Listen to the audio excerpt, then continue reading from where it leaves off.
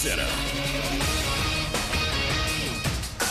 I'm Christine Lisi. Will Tyrese Halliburton play or will he not? That is the big question still for the Pacers for tonight's must-win Game 6 of the NBA Finals tonight versus the Thunder. The main message Coach Rich Carlisle has been sending to his team is take care of the ball, notes ESPN NBA insider Brian Windhorst. It is so important against the Thunder, especially because Halliburton is one of the best players in the league over the last couple of years of assist to turnover. When he has got the ball, you know he's without the ones like you working tirelessly to keep things. When he doesn't have the ball, which may be more than ideal tonight, the Pacers have just got to be better. First 3 games of the finals, Indiana allowed 13 points off turnovers. The last 2, 29 off turnovers. Game 6, 7:30 Eastern, ESPN Radio, 8:30 Eastern, ABC. From ESPN's Shams Charania, Rockets coach Ime Udoka has agreed to a long-term extension, makes him one of the highest-paid coaches in the league. WNBA, Indiana Fever coach Stephanie White's taken a leave of absence to attend to a personal matter. Assistant Austin Kelly is the acting coach. No word how long White will be away from the team. Your summer drink is here. Twisted Tea is a smooth, refreshing, hard iced tea with 5% alcohol, making it the perfect drink to take any day this summer to the next level. Twisted Tea Brewing Company, Cincinnati, Ohio. Please drink responsibly. Matt Moscona. I'm very important. After further review. Say it one more time. After further review with Matt Moscona. And here we go. Live from the Mercedes-Benz of Baton Rouge studio. Let's rock! Go!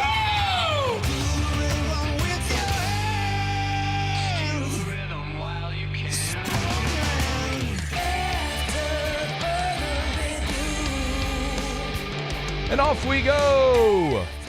Welcome aboard. Glad you're with us. AFR presented by Decision Critical Concierge Nursing in Baton Rouge. I'm Matt. You're a loser, Matt. I love you, kid. Hope you're having an awesome day. Paul O'Neill. They're chanting Paul O'Neill's name.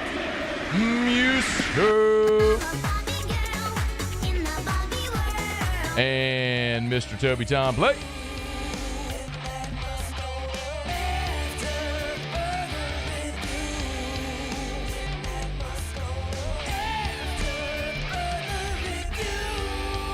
All right, we're here. Glad you are as well. Get out there and make it a good one. Well, you know what we're talking about. Let us begin as we do every single day. It's time to pop the top on another edition of AFR with Bud Light. Drink easy. For as long as the good Lord allows you and me to breathe air in our lungs and walk the face of this earth, whenever we close our eyes and hear it, or whenever we see it, we will be able to say, I remember where I was when. 2 balls, 1 strike to Jared Jones. Hernandez down at second base. Bottom of the 9th, tie game. This one hit in the air, line drive. It's off the glove of Kojal into center field. Here comes Hernandez. He is safe. Tigers win. Tigers win. They are headed to the championship series here in Omaha. I can't help but think, and it's immediately what went into my brain last night watching the game, about all the opportunities, the blessed, charmed existence that you and I, as LSU fans, have lived being able to watch and cheer for this baseball program. And Jared Jones at the plate coming through in the manner in which he did immediately calls to mind all of the moments we've been lucky to see. Todd Walker in 1993, Warren Morris in 1996, Brad Cressy in 2000, Blake Dean in 2008, Tommy White just 2 years ago, and now Jared Jones. Whatever it is that you may think or feel, you will think and feel and have with you forever. And whether it's right or wrong, it's just what it is. This program is measured and defined by what you do in the postseason, and more specifically in Omaha. There have been amazing postseason moments in the history of this program.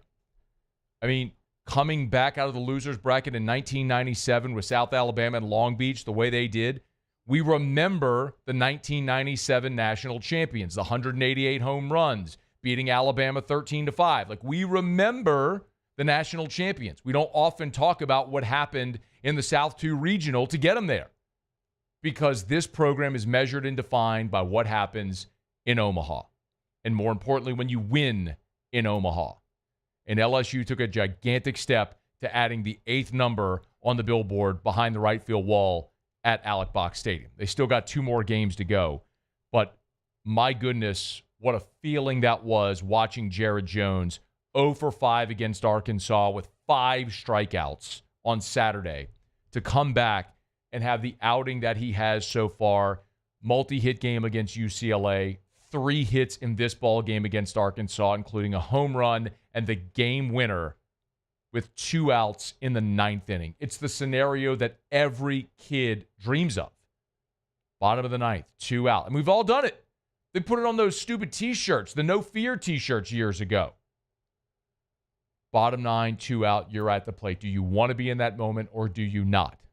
Jared Jones did, and he delivered in a massive way and delivered LSU to the championship series, and Jay Johnson knows where this ranks for him. I said this literally probably 2 years ago to the day, the walk-off homer, Tommy against Wake Forest. Like, I felt something in my body I've never felt before, and greatest moment of my life, and it now has it tied for first with the 9th inning with Jared Jones. Line drive over the second baseman's head. Luis Hernandez hustling around second base. I would coach this team forever. I've been telling them that probably since March or April, and it's because of the character. And you look at this, and Jared came back with the sole intent of doing what we're doing right now, and him being at the front of that, not just as a player that's driving in runs, but as a leader. He's been tremendous in that regard, set the way for the team. Just excited to prepare for a couple more days, and enjoy being together, and go compete for a championship. That's how Jay feels about it. You'll have your stories you'll tell, and they'll only be magnified if the Tigers go and win 2 more games. I've been asked a lot today, and no doubt you have as well. These are the conversations that everybody's having, from firing up a Locked On postgame show as soon as the game went final, to being on Crane and Company earlier today with Jake and the boys, to talking to my friends and colleagues who work in Arkansas, to just water cooler talk. Everyone's asking the same question. Here, wherever you work, did LSU win it or did Arkansas lose it? And the answer is yes. It's both. Both things transpired. Because when you have a game like that was so well played between 2 teams that are so evenly matched, where the margin is so slim, there are going to be moments where your team makes a play. And there are going to be moments where the other team doesn't, or flip it. I mean, look at this game. Yes, absolutely. Vaheva Aloy, who was the SEC Player of the Year, had a routine, tailor-made ground ball double play. Stephen Milam rolled over one to the best player on their team, and instead of turning a double play, he goes to third to get the lead out. Now, that didn't lose the game for Arkansas, but it left the door open to LSU. Charles Davelin, great player in left field. Bad read on Hernandez's sinking liner, hits him in the freaking shoulder. Yes. Bad play, ball by an SEC outfielder that should have been caught. But Hernandez took a tough pitch and laced it into left field. A sinking liner. A tough play. One that dude should have made. But you had to put the swing on the bat. We can talk about, how about the throwing error? Just with 1 out in the 9th on Curiel's tapper down the right side, which allowed him to get to second base, which got that whole thing started. Yes, Arkansas made some boneheaded plays for a team that was the best defensive team in the league, one of the best defensive teams in the country this year. They choked in the 9th, no doubt. But what about LSU missing an opportunity for a run in the 6th when Jake Brown stumbled on the pickle play trying to get Josh Pearson home? That's a run LSU missed out on. What about Jones's error in the 8th, which allowed 2 runs to score? Or earlier in the 8th, what about Dickinson? Kind of lazy, trying to turn the double play. You only get 1. Kept that inning going. You had the leadoff man on base 5 times in the first 7 innings, and you scored in one of those innings. You had runners in scoring position in the first and the second, didn't come through. The point is, LSU had plenty of opportunities that they missed. LSU made mistakes in this game as well. We're going to point to the 9th inning in the endgame scenario that transpired because it's glaring in a super tight game, but you play out the 54 outs in the ball game, 53 outs in the ball game, and that's how it goes. That's why baseball is magnificent. Old Yogi Berra said it ain't over till it's over. And it's true. You got to get all 27 outs, and Arkansas didn't do it. I don't know if they're cursed. I don't know if it's just a mindset within their program, if it's Dave Van Horn not recruiting guys that are mentally tough. I don't know. I don't cover their program. I'm not in it every day, and I don't even care, to be honest. What I know is they got a ton of talent in that Arkansas dugout. They're the SEC Player of the Year. They had a bunch of dudes throwing mid-90s and nasty. They had dudes that could hit 1 through 9. They had opportunities, but you were just as talented as they were. And as great as Landon Beidelshees was, Zach Cowan matched him. And when we thought Cowan might be wobbling after the solo homer in the 4th, all he did was retire the next 7 men he faced. And the only guy that got on that broke that streak was a backside single against the shift.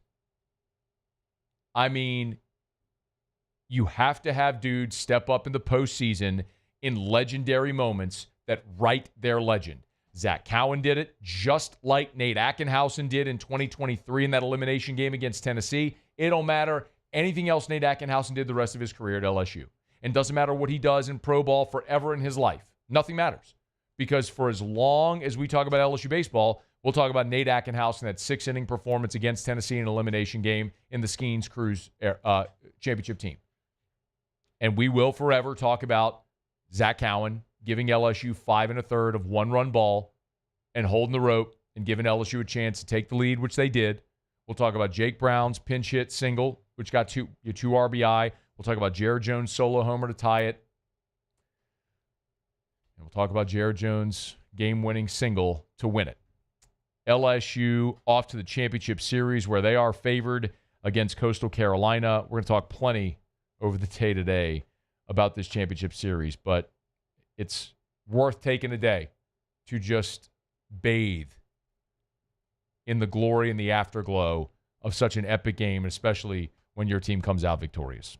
All right, it's After Further Review. Our show open every day is brought to you by Bud Light. Drink easy with the great taste of Bud Light, the official beer of AFR and the official beer of the LSU Tigers. You know, our friends over at Mockler Beverage, been proud supporters of the Tigers for decades, man. 4 decades here in the greater Baton Rouge area. Remember, drink easy with the great taste of Bud Light, the official beer of the Tigers. You're going to be watching LSU baseball this weekend. Make sure you go to the store and you grab those LSU officially licensed Bud Light bottles as well. You can find the 16-ounce bottles all over the place. So make sure you drink with the Tigers, celebrate with the Tigers, support the Tigers along with our friends at Mockler Beverage and Bud Light, the official beer of AFR and the official beer of the LSU Tigers. All right, y'all, it is After Further Review. We're glad you're with us. Our Thursday shows are presented by Decision Critical Concierge Nursing in Baton Rouge, decisioncriticalbr.com. Let me knock out our first break. We'll come back. We are far from done talking about baseball. It'll be a lot of the show. Kendall Rogers will be here at the start of Hour 2. Sam Weiderhaft will be here in Hour 3. He's the voice of the covers the Coastal Carolina Chanticleers. We'll start taking a look at the Chants, who have, of course, won 26 games in a row and are a formidable opponent for LSU. But for the Tigers, the most important thing now is you've got Anderson Ianson full rest, queued up, ready to go, and you're 2 wins away from a natty. It couldn't have set up better with how it all played out. We'll talk about it as we move throughout the show. Remember, you can email us, tweet us, text us, lots of ways you can get involved in the show. So feel free to do it today as we celebrate LSU back in the championship series. It's AFR. After Further Review. Brought to you by the Watermark and the Renaissance. Watermark Downtown, Renaissance Southtown. Of course, 2 amazing hotel properties in Baton Rouge. The Renaissance Hotel right there on Bluebonnet across from the Mall of Louisiana and Perkins Row. I mentioned nearly every day about my friend Allison Crump over at Renaissance Baton Rouge. She's the events coordinator, and I love her saying what she always tells me is, we're in the business of saying yes. So if it's a wedding reception, they can host you. If it's a it's a fundraiser for 500 people. They can host you. If you're an LSU, if you're a college football team looking to move your entire football program into a hotel the night before a home game like LSU does, they stay on Friday nights before home games at Renaissance Baton Rouge, they can host you. Maybe you need a boardroom for a dozen people, they can host you. It's Renaissance Baton Rouge, 13,000 square feet of meeting space with their grand ballroom accommodating up to 500 people. Right there, conveniently located on Bluebonnet in Baton Rouge. It's Renaissance Baton Rouge.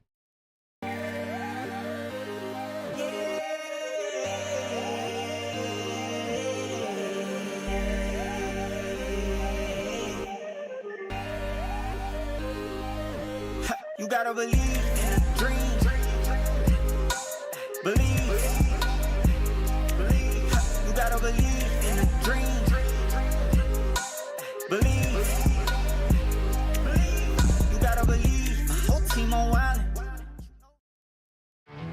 There it is, the extra mile, on the border of expected and extraordinary for those willing to go further, like vans customized for work or play, with safety and tech to keep you connected, supported by a 5-star sales, service, and finance team, and backed by the 1-star you know. So go the extra mile. It's never crowded, because so few have what it takes to go there.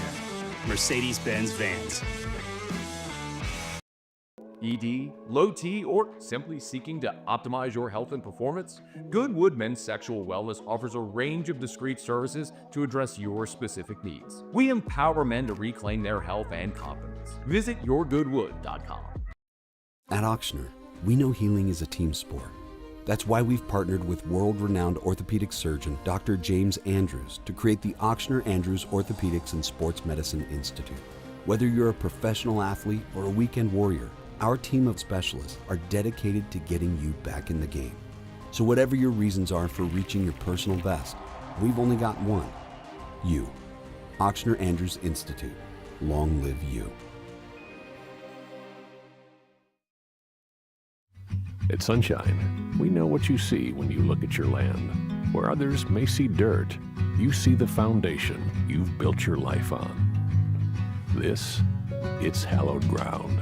It's past, present, and future. We're proud to provide quality John Deere equipment to help you maintain the land you love. Check out our current promotions and learn more about what it means to be powered by sunshine at sunequip.com. These are the luckiest ice cubes in the world. They could have been a thankless bed for an all-you-can-eat salad bar, but instead, they've been called upon to cradle and cool a crisp, refreshing Dos Equis. Looks like the lucky just got luckier. Dos Equis.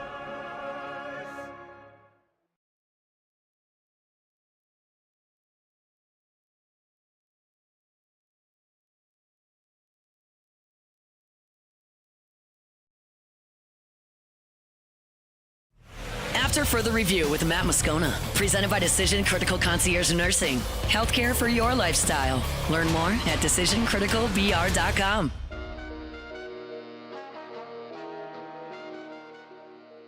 Gackles 1-1 pitch. Brown swings towards the alley, left center field. It's going to get down. That will score Fry. That will score Milam. Into third goes Pearson. The Tigers lead 2-1. Jake Brown off the bench, one of the, maybe at that point, certainly the most critical moment of the ball game. And one of the things that you could look back in a game that was a chess match between the two coaches, certainly the sequence in the sixth inning is when, as I look at my notepads, I take notes throughout the game. It's very clean through the first five, an indicator that both Beidelshees and Cowan were doing their job very effectively. And things got very scribble-scratched in the sixth inning, where you look at how it even started in the sixth, where Zach Cowan strikes out Vaheva Aloy to start the sixth. That's his seventh consecutive out he's recorded since giving up the solo shot in the fourth. You give up the single there on the shift, the backside single on the shift. And then, subsequently, you go to Newt, who was awesome in his limited work. He gets a fly out, uncorks a wild pitch, but then gets a strikeout. And you get out of that jam right there. Still a 1-0 ball game. You lead off the 6th with the double. You go double, hit by pitch. So it's first and second. Remember, that was the play where Milam gets hit on the foot and tries to act like he didn't get hit because the ball had scooted away and the runner gone to third. So you have first and second, nobody out. They go to Gackle, and it's just a key moment in the game. And at that moment, I'll tell you, at that moment when they went to Gabe Gackle, I thought, all right, LSU's going to the championship series no matter what. I don't know if they're going to win the national championship, but they're going to the championship series. Because this was an indicator of the difference in approach, the necessary difference in approach from Jay Johnson and Dave Van Horn. Jay Johnson had a game to work with, and if he was in a position to win it, he was going to go all in to win it, which he talked about. We'll get to that in a second. But Dave Van Horn had to win it to keep his season alive. So you're in a situation there where Arkansas is up 1-0, and now LSU's got something cooking. So they went to their best arm, which was Gabe Gackle. You lay down a sacrifice bunt, and then, unfortunately, Jones has the strikeout, and then they intentionally walk Pearson to get to Stanfield, and that's where Jay Johnson pinch hit Jake Brown. And I would look at that half inning, and I would say there's 2 decisions that Dave Van Horn made that were critical. One, of course, was the decision to bring in Gackle, which I agree with. I mean, it's the right decision. You're leading 1-0, so you have the lead in the 6th inning.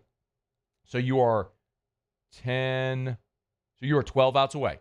You're 12 outs away because he came on with 2 on, nobody out in the 6th. So Arkansas is 12 outs away from advancing. They have a lead. They go to their best arm. I totally understand that decision by Dave Van Horn. But the decision after striking out Jones to intentionally walk Pearson was a curious one. Now, I know Josh Pearson fares better against, we've all know that, better against lefties, righties, whatever. We all know the stats. Gackle's a righty. And so they were walking Pearson to get to Stanfield, who's a righty. But how in the world, if you're Dave Van Horn, do you not know that Jake Brown's coming off? Like, I knew Jake Brown's coming off the bench right there. Just like I knew John Pearson was going to be pinch hitting in the 9th when they went to a lefty off the bench. There's no way you're letting Braswell hit there in the 9th, down 2. So you're going to the bench. It's like if they bring in a righty, you're going to Tanner Reeves. If they bring in a lefty, you're going to John Pearson. Like, I know that. Dave Van Horn's got to know that. So intentionally walking Pearson to get to Stanfield, but then Brown pinch hitting and then having to throw to a guy who's been absolutely unconscious in this tournament. It's why when I look back and I say, did LSU, people ask, did LSU win it? Did Arkansas lose it? There's a smidge of both of it. And what happened in the 9th inning to Arkansas, the Hava Aloy's mental error, Charles Davlin's physical error in left field. I think it was ruled actually double. I'm not looking at the box score in front of me. But did they rule it a double? They did? Okay, so they ruled it a double. Hit the guy in the shoulder. You got to make that play. But anyway, there's physical errors, there's mental errors, there were some of them, but how Van Horn managed the 6th, what I think was an error. I think you got to pitch to Pearson there and not let it get to Brown. And Brown came through in a huge spot right there. Y'all know how I feel about the whole Jake Brown conversation. We've had it all year. Doesn't make a lick of sense to me to have a guy that's a big leaguer sitting on the bench. But one of the things Jay Johnson also talked about in his postgame, I'm not sure which number this is, Muse, if you have it, but he talked about guys that are selfless on this team. And he said something to the effect of, the needs of the individual will never outweigh the needs of the team. And it's why these guys play at LSU. And Brown's a great example of that. Because Jake Brown is that 6'2", 200 pounds. He's got a cannon for an arm, was a high school pitcher. I mean, he hits for average. He hits for power to all field. He's the fastest guy on the team. He's the best athlete on the team. I mean, he is a future big leaguer. And he has taken on a role where he's platooning in right field, which on any other team, and in my opinion on this team, his name should be written on the lineup card in Sharpie every day. The same as Jared Jones and Stephen Milam. Like, he should be on the lineup card every day, non-negotiable. Like Derek Curiel, non-negotiable. But he's taken on a lesser role on this team because that's what Jay Johnson's chosen to do. And he stayed in it. And when he gets his opportunities, he's been incredible. I mean, he's a .330 hitter with power to all fields, and he has been awesome, and he came through again in a giant situation. I mean, stayed on a breaking ball and just roped it into the gap. It was incredible to watch. Huge moment with 2 outs and put LSU up 2-1.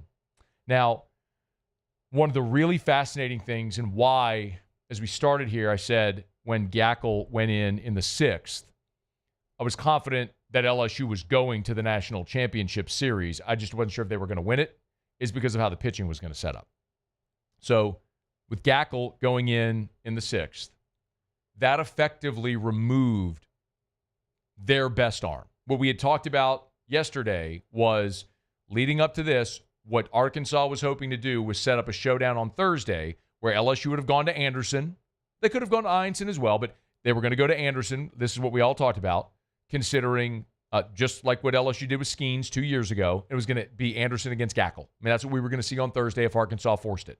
Well, throwing Gackle put Arkansas behind the 8 ball in the same way that like LSU having to throw Case and Evans because of the restart removed your best available option that would have gone on Wednesday for LSU. So all that to say, if there was a Thursday, Arkansas was going into Thursday without its 3 best arms, and your best arm was going to go.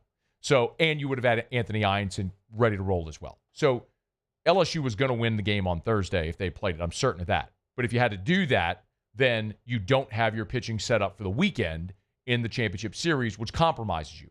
So winning that game was imperative. And Jay Johnson was on off the bench earlier today with Jacob Hester and Matt Flynn.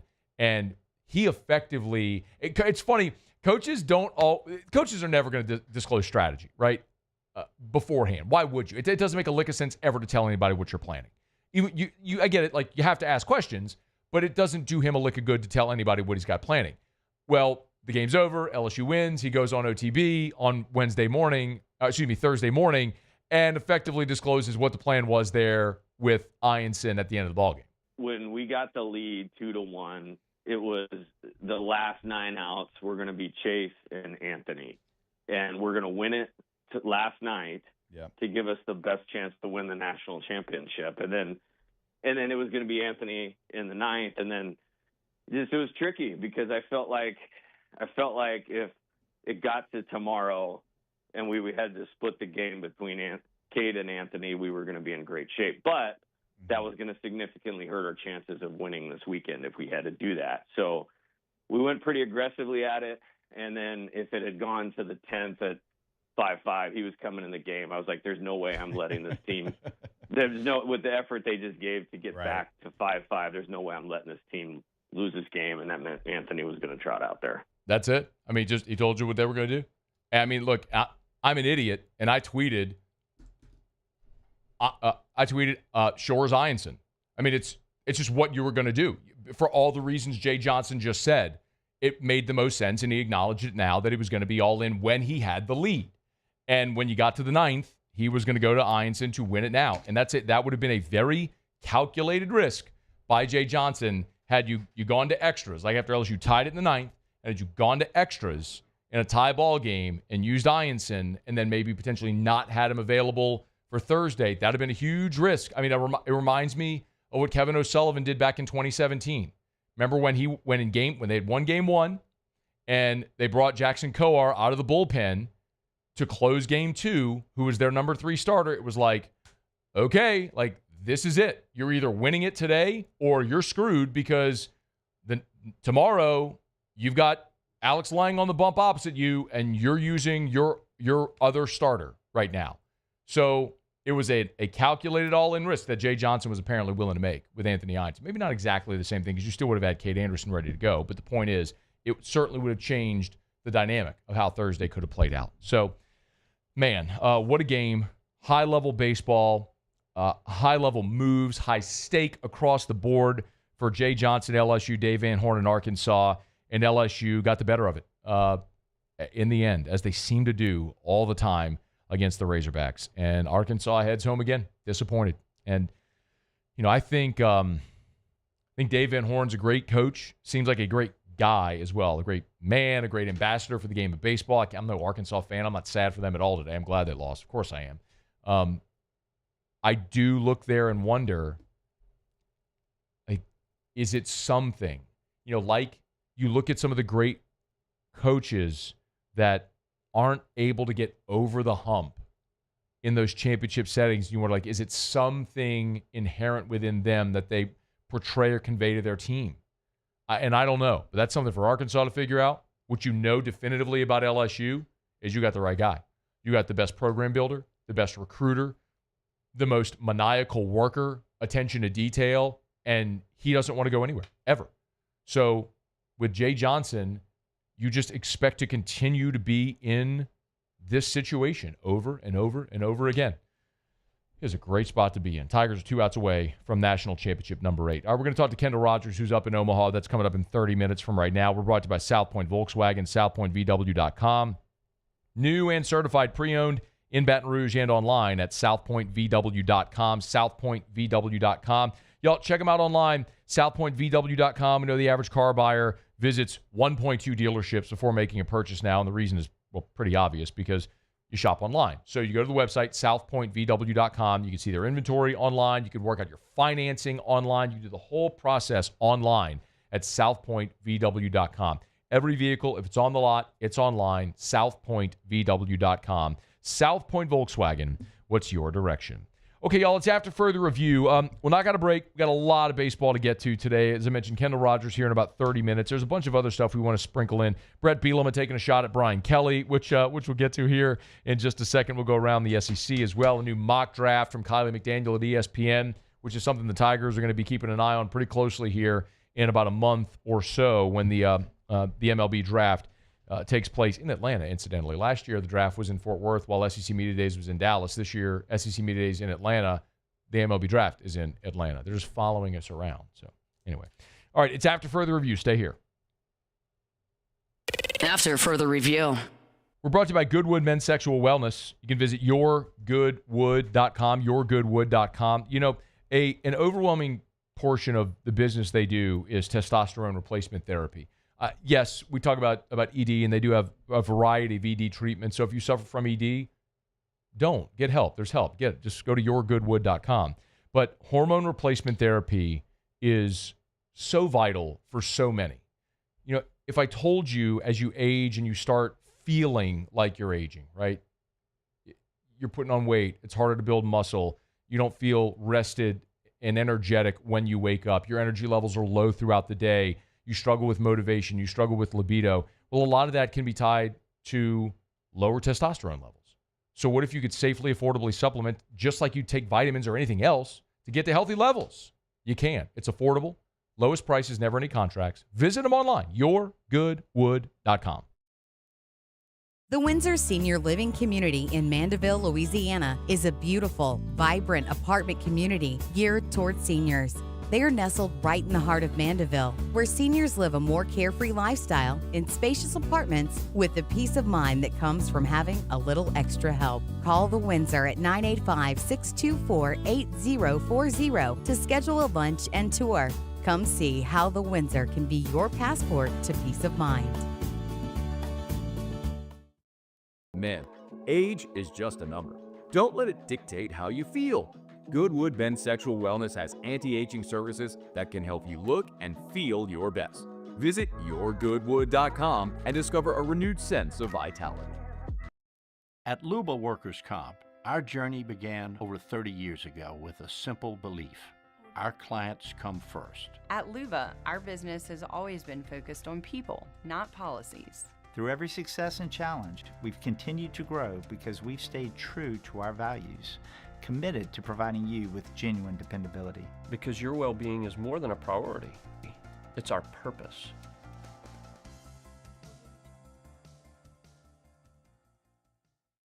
Gulf Coast Office Products is a nationally recognized Savin office equipment dealer based right here in Louisiana. Over 100 employees strong, Gulf Coast has the boots on the ground to support all vertical markets from education, engineering, legal, and finance. With the latest in office technology from desktop to production segment units, Gulf Coast and Savin have the perfect fit for you. Call 225-756-2644. That's 756-2644 for Gulf Coast office products. At Auctioner, we know healing is a team sport. That's why we've partnered with world-renowned orthopedic surgeon Dr. James Andrews to create the Auctioner Andrews Orthopedics and Sports Medicine Institute. Whether you're a professional athlete or a weekend warrior, our team of specialists are dedicated to getting you back in the game. So whatever your reasons are for reaching your personal best, we've only got one: you. Auctioner Andrews Institute. Long live you. At Sunshine, we know what you see when you look at your land. Where others may see dirt, you see the foundation you've built your life on. This, it's hallowed ground. It's past, present, and future. We're proud to provide quality John Deere equipment to help you maintain the land you love. Check out our current promotions and learn more about what it means to be powered by sunshine at sunequip.com.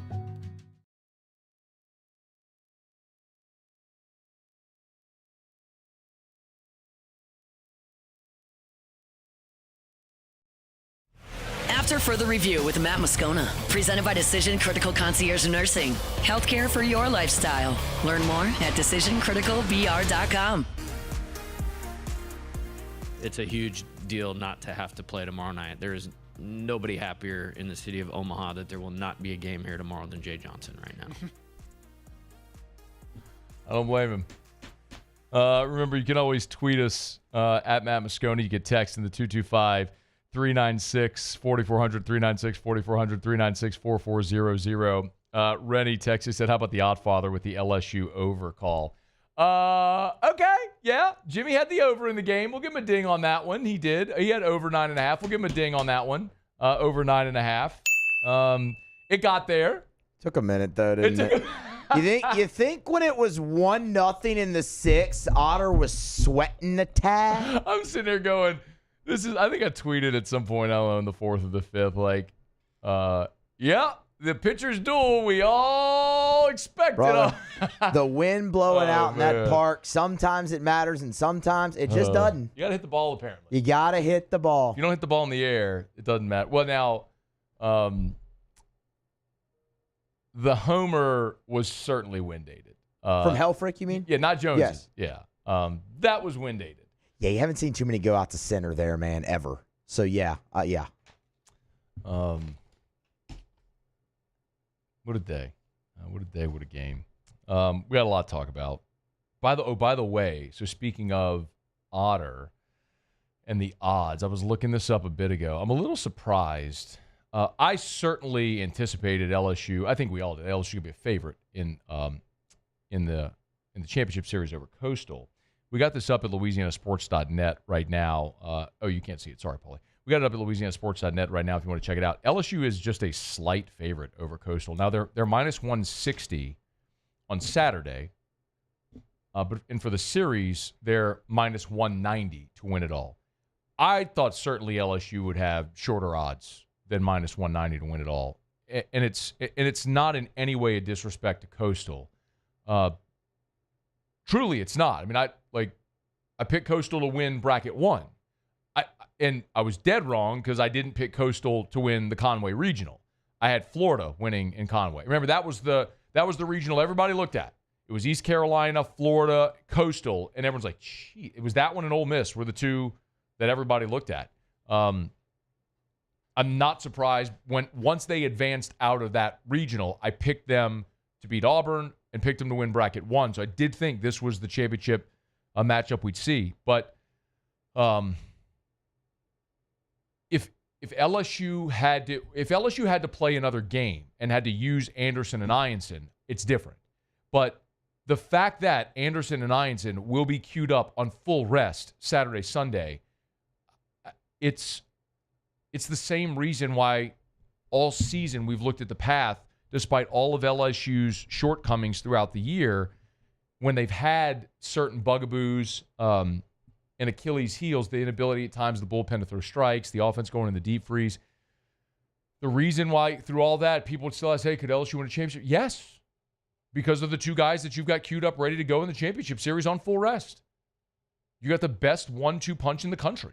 So we're going to talk more about Coastal, and I know they got 3 dudes, and I know Morrison is a 6'8" dude that shoved for 7 1/3 against Oregon State, and I don't mean he's got an ERA around 2, and I don't mean any disrespect to him at all. But in the SEC, you see those guys every week. You face Liam Doyle, and you face Pico Khan, and you face Ryan Prager, and you face Zach Root. I mean, you see that every week in the SEC.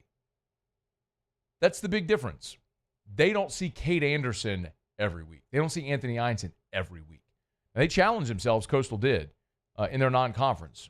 But LSU should be a more significant favorite than -190. And that's significant, but especially with the 2 pitchers on full rest. LSU is just in an awesome spot. All right, we're brought to you by Evermore. Drink Evermore, EVAMOR, Evermore.com. That's Evermore.com, a Louisiana product. What am I doing? Am I Evermore bottle? I have more bottle up on the set. What am I doing? I had it on the chair. EVAMOR, Evermore.com. Available at great local retailers.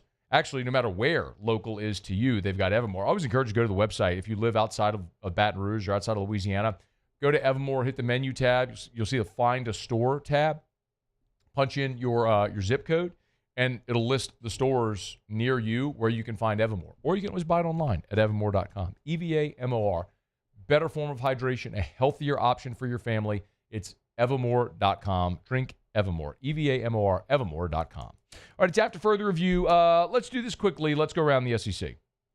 Around the SEC, bringing you the biggest news from the nation's best conference, the Missouri Tigers. 24/7 is reporting that Mizzou is expected to hire Miami linebacker analyst Sabbath Joseph to be assistant defensive line coach. Joseph is a native of Miami, been with the Canes the past 3 seasons, joined Cristobal's staff in 22 after jumping with Cristobal from Oregon. The Florida Gators. Florida got a commitment from 4-star cornerback C.J. Bronaugh. Committed to the Gators not long after he decommitted from Nebraska, where he had been committed since November of last year. Chose the Gators over Florida State, Penn State, and others. 6'1", 166, the number 6 cornerback in the country, the 8th best player in Florida, the number 72 overall recruit for 2026. The Kentucky Wildcats. 4-star offensive tackle Jarvis Strickland has decommitted from Kentucky. He was a headlining piece there for Mark Stoops. He's from Paducah, Kentucky, excuse me. He's the state's he's the top-ranked player in Kentucky. He's the 16th best offensive tackle in the country. The Oklahoma Sooners. And OU has landed Miami right-hander Jackson Cleveland. He's the 6th transfer portal addition from the D1 ranks. Cleveland's a 6', 200-pounder. Played this past season with the Hurricanes, the previous 2 seasons at Lamar. So under Will Davis there, former LSU Tiger and assistant coach. Cleveland appeared in 19 games out of the bullpen this past year with 25 strikeouts in 24 1/3 innings for the Canes. He's headed to OU. All right, there you have it. That is around the SEC. Our Thursday shows are presented by Decision Critical Concierge Nursing in Baton Rouge, DecisionCriticalBR.com.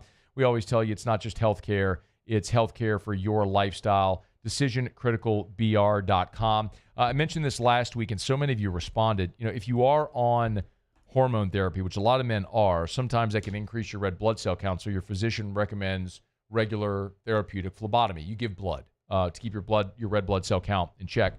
You don't want your blood to become too thick and coagulated. So if you are recommended by your physician to give blood regularly, Decision Critical does concierge therapeutic phlebotomy. They can come to your home, to your office. So within 30 minutes, you can have that convenience done instead of setting up an appointment to go somewhere, a donation center, whatever. They'll come to you and knock it out for you. So DecisionCriticalBR.com if you want to learn more. DecisionCriticalBR.com. It's not just healthcare.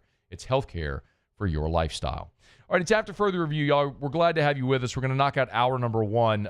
As we prepare for this championship series this weekend, Kylie McDaniel over at ESPN has updated his mock draft. We'll tell you what he says about Cade Anderson, Anthony Einson, and who from the Shants find their way into Kyler McDaniel's mock draft. And then Kendall Rogers here in 16 minutes from right now. He's in Omaha. We'll get his perspective on LSU, Arkansas from last evening, and looking ahead. First look at LSU Coastal from a national perspective with Kendall here in about 15 minutes from right now. We're glad you're here on a Thursday edition of AFR presented by Decision Critical. Stay here. AFR. Glow Resources, complete employer solutions. You know what? I tell you all the time what they are by telling you what they aren't. They are not a temp staffing agency. That's not what Glow Resources does. Glow Resources doesn't work for the employee. They work for the employer. So if you're the business owner, if you're the operations manager, if you're the hiring manager, the HR manager, whatever it is, if you're the person in charge of personnel within your organization, you need Glow Resources. And they've got offices from Miami and Orlando and Mississippi and New Orleans and Baton Rouge to Houston and the Golden Triangle area. So their offices, their brick and mortars cover the entire Southeast, but they work with companies all over the world. But home base is still right here. So if you're a Baton Rouge, New Orleans-based business and you need help finding the right people for your business, you need Glow Resources. It's glowresources.com. Check them out online. Start there. GLO. glowresources.com. We typically think of stress as being bad for us. At Our Lady of the Lake and LSU, we are researching how certain types of stress, such as exercise, can be good for our immune health.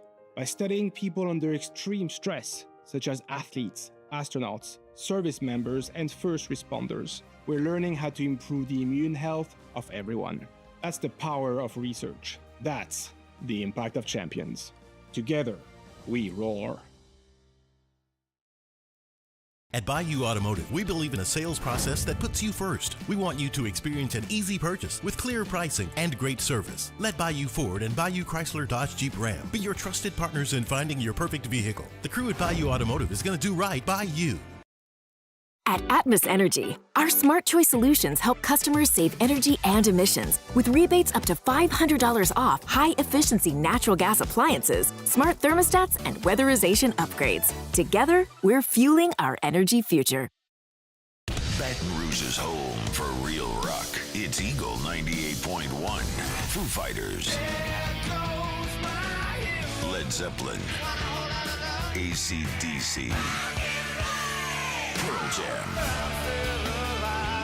And the flagship home for LSU sports. Take us anywhere with the Eagle 98.1 app. Eagle 98.1 is the rock station. ED, low T, or simply seeking to optimize your health and performance? Goodwood Men's Sexual Wellness offers a range of discreet services to address your specific needs. We empower men to reclaim their health and confidence. Visit yourgoodwood.com. These are the luckiest ice cubes in the world. They could have been a thankless bed for an all-you-can-eat salad bar. But instead, they've been called upon to cradle and cool a crisp, refreshing Dos Equis. Looks like the lucky just got luckier. Dos Equis. At Luba Workers' Comp, our journey began over 30 years ago with a simple belief. Our clients come first. At Luba, our business has always been focused on people, not policies. Through every success and challenge, we've continued to grow because we've stayed true to our values, committed to providing you with genuine dependability. Because your well-being is more than a priority. It's our purpose.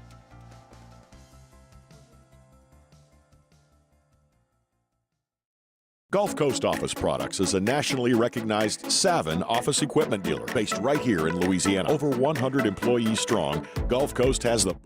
After further review with Matt Moscona, presented by Decision Critical Concierge Nursing. Healthcare for your lifestyle. Learn more at decisioncriticalbr.com.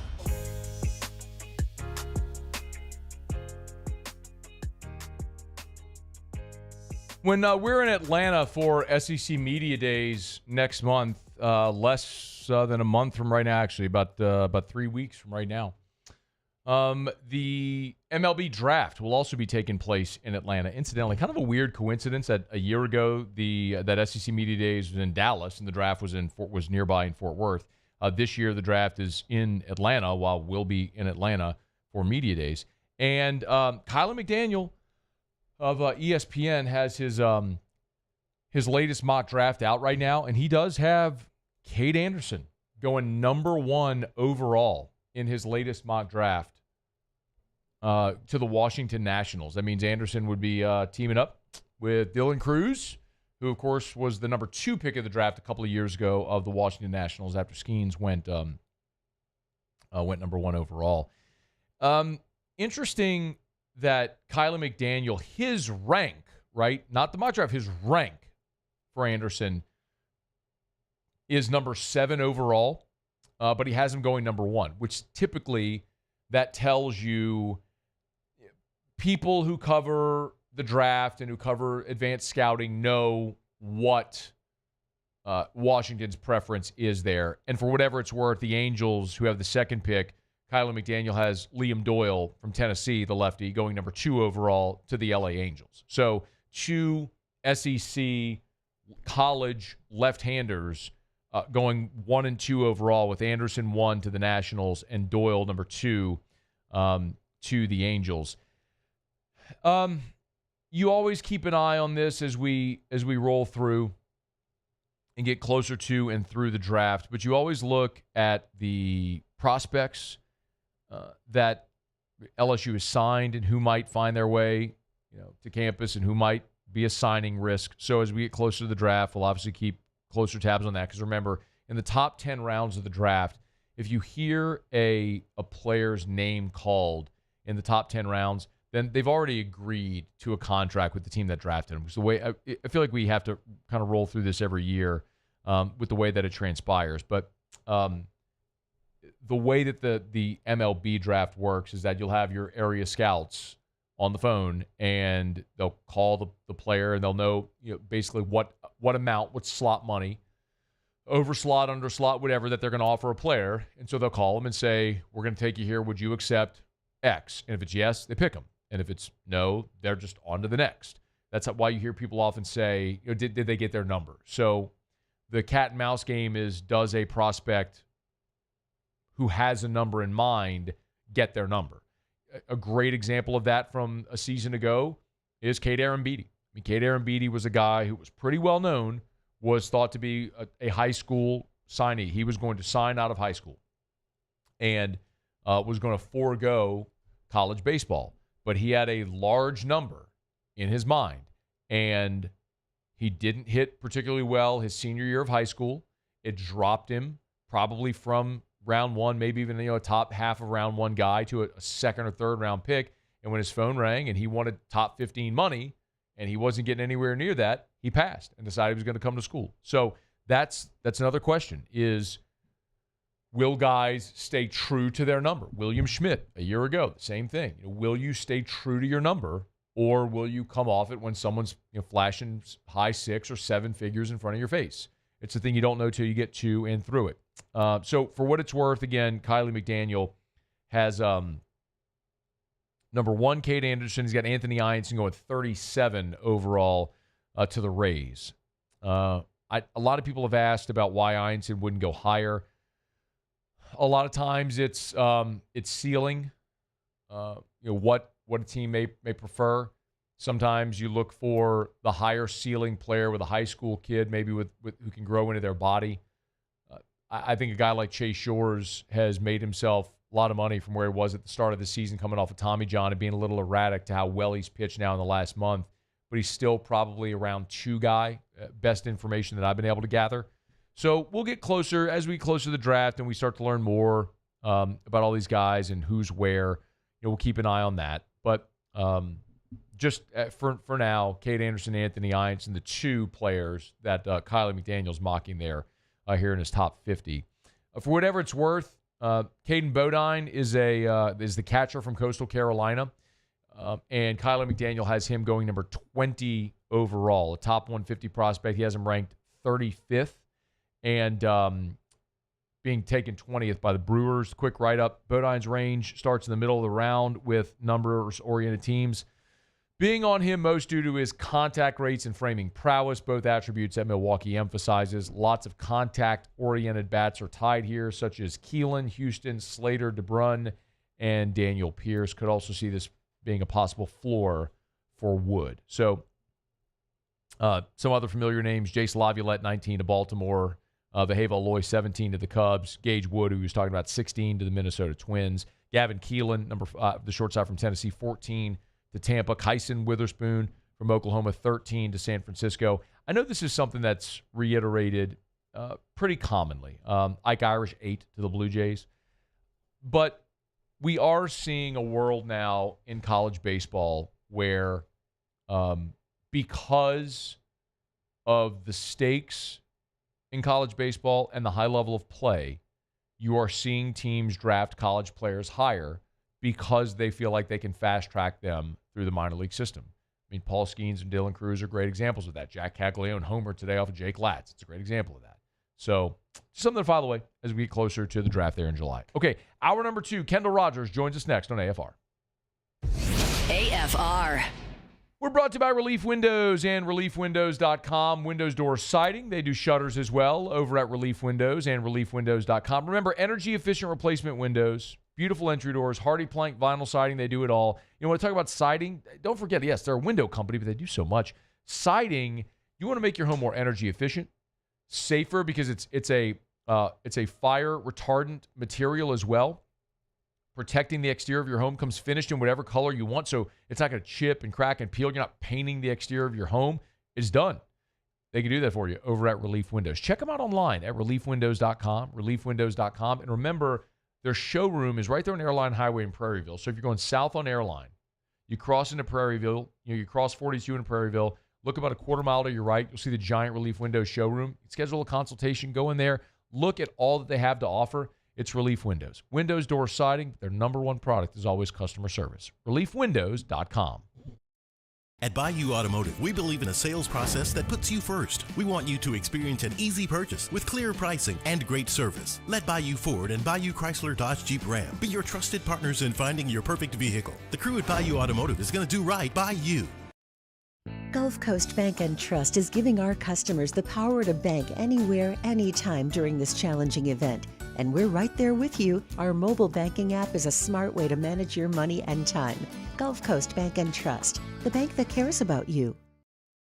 It's not just a game, it's a religion. You've got your team colors, team swag, and now your very own website. LouisianaSports.net. Everything LSU, Saints, and Pelicans. Sports on demand. In-depth coverage by sports writing pros with continuously updated news. And with the LouisianaSports.net newsletter, you get pinged directly with top trending stories. Best of all, now and always, no paywall. It's free. LouisianaSports.net. Powered by 104.5 ESPN Baton Rouge. Your home for Louisiana sports.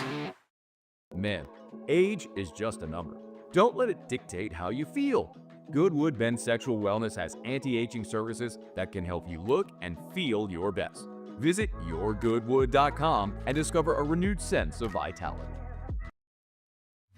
At Sunshine, we know what you see when you look at your land. Where others may see dirt, you see the foundation you've built your life on.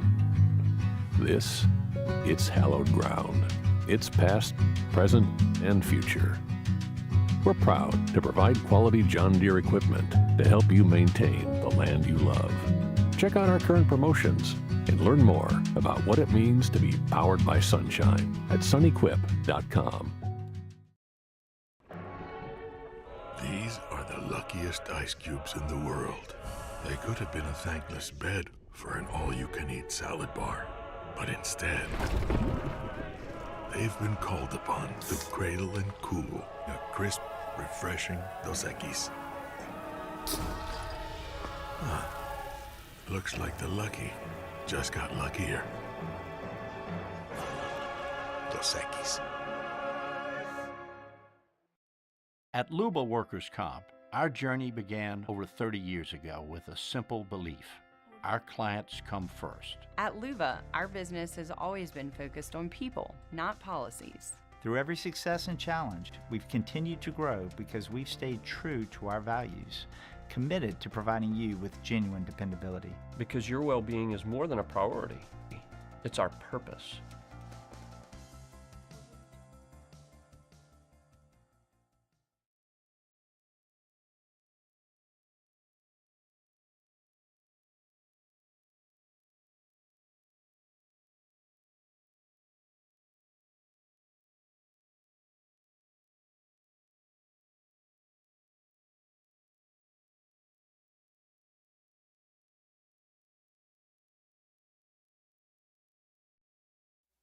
This is SportsCenter.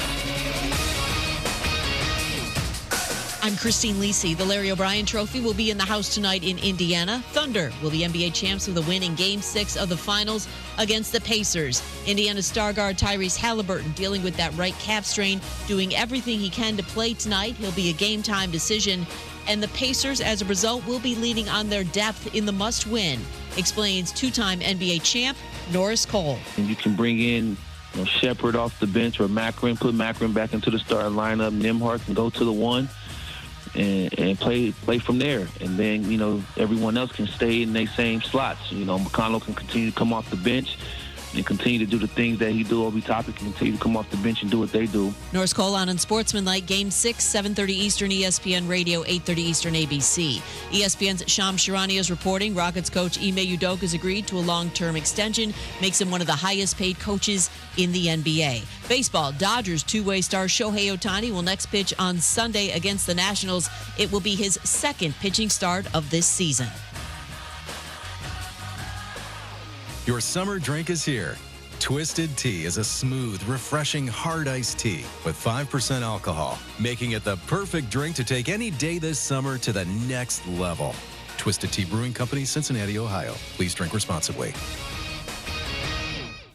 Matt Moscona. I'm very important. After further review. Say it one more time. After further review with Matt Moscona. And here we go. Live from the Mercedes-Benz of Baton Rouge studio. That's right!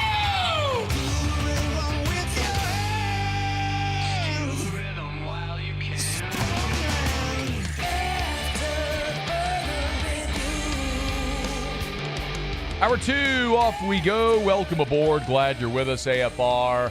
Presented by Decision Critical Concierge Nursing in Baton Rouge. I'm Matt. This is Shaq O'Neal, and I hate Matt. Paul O'Neal. They're chanting Paul O'Neal's name. Musu. And Mr. Toby Tomplay.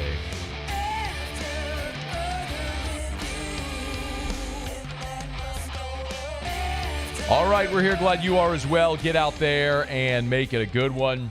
Tigers got a couple of days off here. Tigers and the Chants both take care of business. No games in Omaha Thursday or Friday. 3-game championship series begins Saturday night there at the Chuck, and Kendall Rogers will be there. We find him in Omaha right now. How are you, man? I'm doing awesome. I'm still kind of recovering from last night. I'm not even a fan of either of these two teams, and I'm still on edge about how this game ended. You've seen a lot of drama. Mm-hmm. Give me some context on where you would. I don't really need a ranking or whatever, but just give me some context on what you saw last night and how you contextualize all that to what we see in college baseball. Yeah, I know this sounds a little insane, but I was there when Arkansas dropped the ball against Oregon State. Yeah. That was crushing. This was crushing, heartbreaking, unbelievable, all wrapped into one, because it was just one thing. It was like one domino after another. I kind of go back to the start of that inning, and not to get long-winded here, but I kind of go back to the start of that inning. Reese Robinette, the first baseman for Arkansas, comes off the back for that chopper. He's not the guy who's supposed to field that ball. That was error number one in my book. Number two, Vahiva Loy, one of the best players in college baseball. On that play, I still don't think they get the runner at first, but I think you get the out at second. And for LSU to win that game, they're going to have to hit the ball to the gap to score the guy from first base. So Aloy going to third in that situation was unbelievable to me. Obviously, the dive line drop in left field was unreal. But then, Jared Jones comes up to the plate. And here's my thing about LSU. When I look at LSU's lineup, there are a few guys in that lineup that are certainly solid hitters, but they are guys that I would rather face than Jared Jones. Josh Pearson is one of those guys. And so I just think with Jared at the plate, I put him on base and make someone else beat me. I do not put that guy at the plate with a chance to win the game. Couple things. Go back to the Aloy play. Because on the TV broadcast, they showed the side view, like from the first base camera, and Stephen Milam was maybe halfway down the line when Aloy was turning to throw. I think he would have been out by a mile. He would have been out, but I mean... Okay, I'm sorry. I thought you said you thought he was going to be safe. I mean, he could have been, but what I'm saying is that lead runner did not matter. Right. Okay, yes. I just want to make sure. So, but the double play, the double play ends the game. You're at least getting it out. Yeah, exactly. If you go to second, you're at least getting it out, and even if Milam is safe, Milam's got to go all the way around the bases and score. Yes. Okay. Either way, it's a bad play. And then go to the and there were two things with Van Horn that I wondered about. One is what you just said. What do you and I were texting earlier, just for context of the audience, and I asked Kendall, was it maybe a thing where Dave Van Horn went to Jimenez specifically to face Jones because he liked that matchup? What do you think about that, if that was the decision? Yeah, and I went back and listened to his post-game press conference, and that's what it was. It was the numbers. Here's the thing, though, man. On Jared Jones and LSU, I say screw the numbers. Like, and maybe it's because I've just watched LSU in person so many times, and I've watched Jared in person so many times. But if there's one guy in that lineup, I mean, he to me, he's by far the guy in that lineup that I would not want up at the plate if I'm the opposing team with the game on the line. So I just think the percentages from an analytics standpoint might have been in your favor if you're Arkansas. But I just seen him do it too many times. I mean, I was there at 1:45 in the morning when he had a ball in the orbit against Tennessee.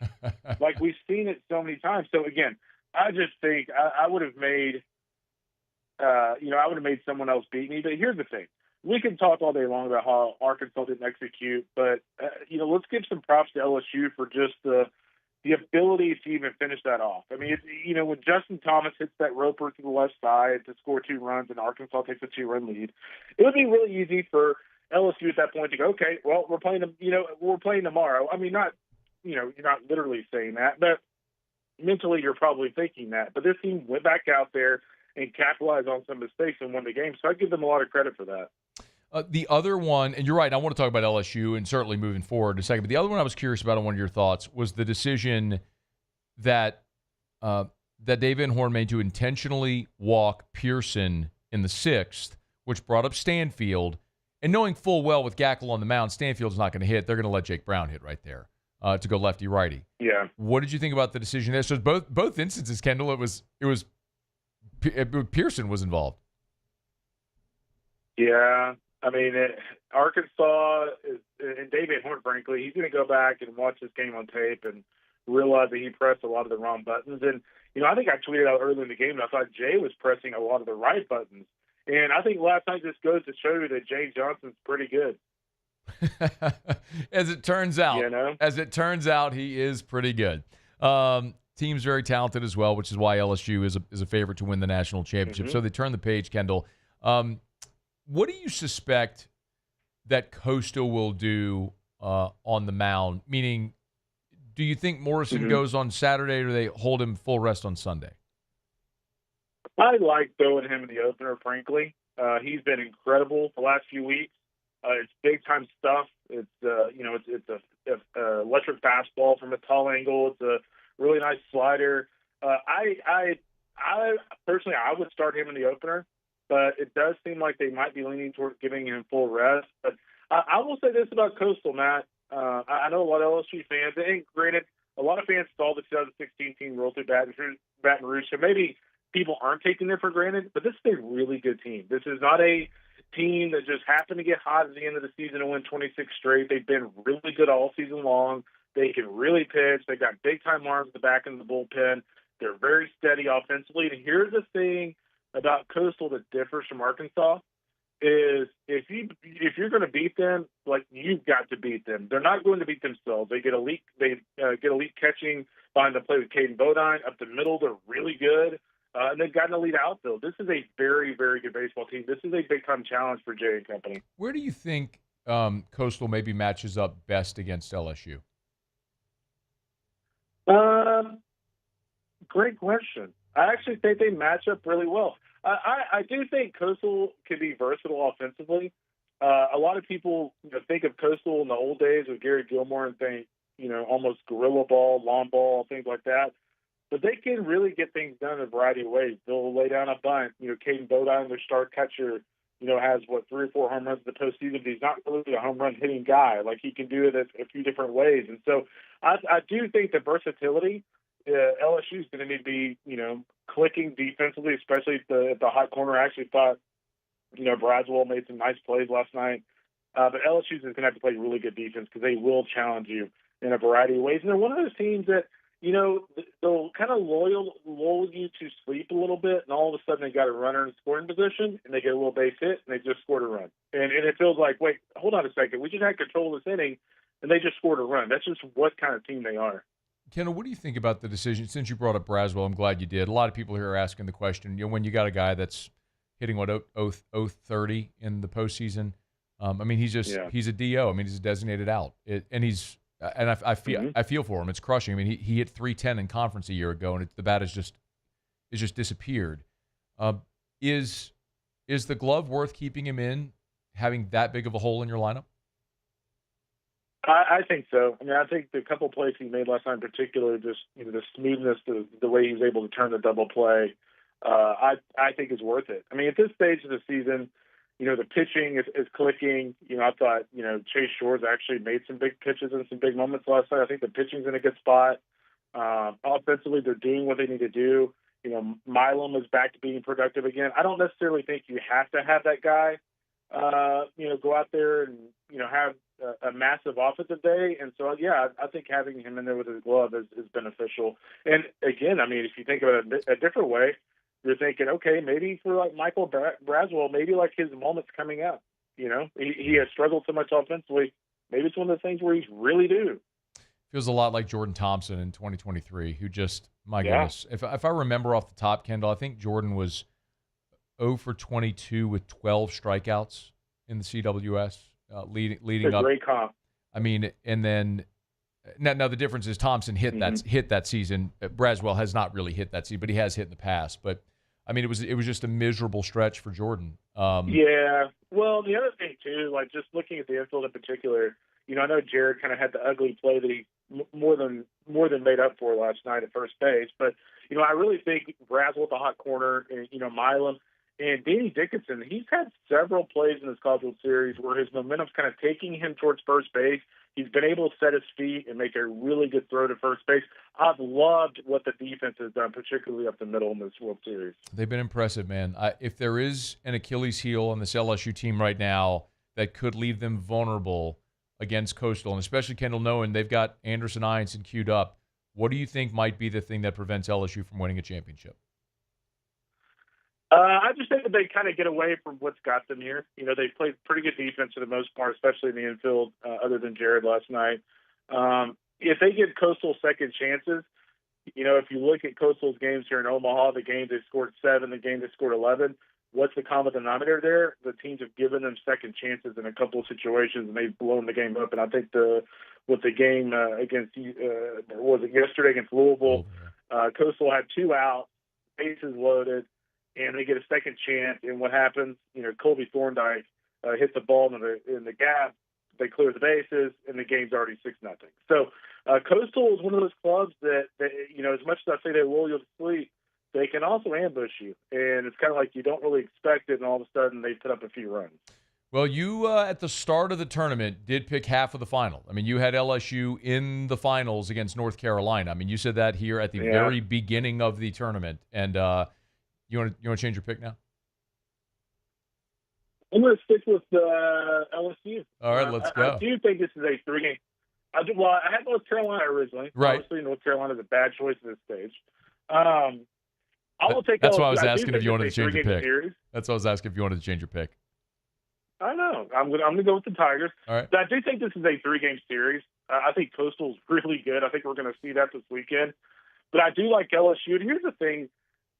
I really, as someone who has certainly grown up going to a lot of LSU, sporting events and baseball and, covered this program for so long. What's so incredible and impressive to me and really sad to me when it comes to Arkansas is, it feels like Arkansas is waiting for that next bad thing to happen, whereas like LSU is like waiting, okay, who's going to be like the hero? Like who is going to be our Warren Morris on this team?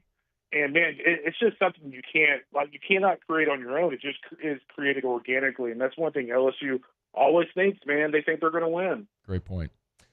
Kendall Rogers, D1 Baseball. Get him on Twitter at Kendall Rogers. Make sure you follow him. He's there in Omaha. I'll be covering the championship series starting on Saturday. We appreciate it, man. Thanks for the time as always. You got it, Matt. See you, buddy. All right, be well.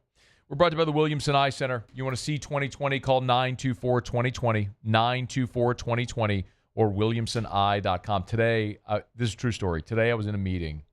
We had a lunch and learn over at the ABC Pelican chapter. And it was a lunch and learn, and we were presenting on digital media. And I found myself in the back of the room after I had presented, and I was trying to upload a video on my phone onto Twitter, and it was very slow. I had like one bar, so I needed to get on their Wi-Fi. So I went on to the guest Wi-Fi, but it was password protected. I noticed at the front of the room, which is probably 10,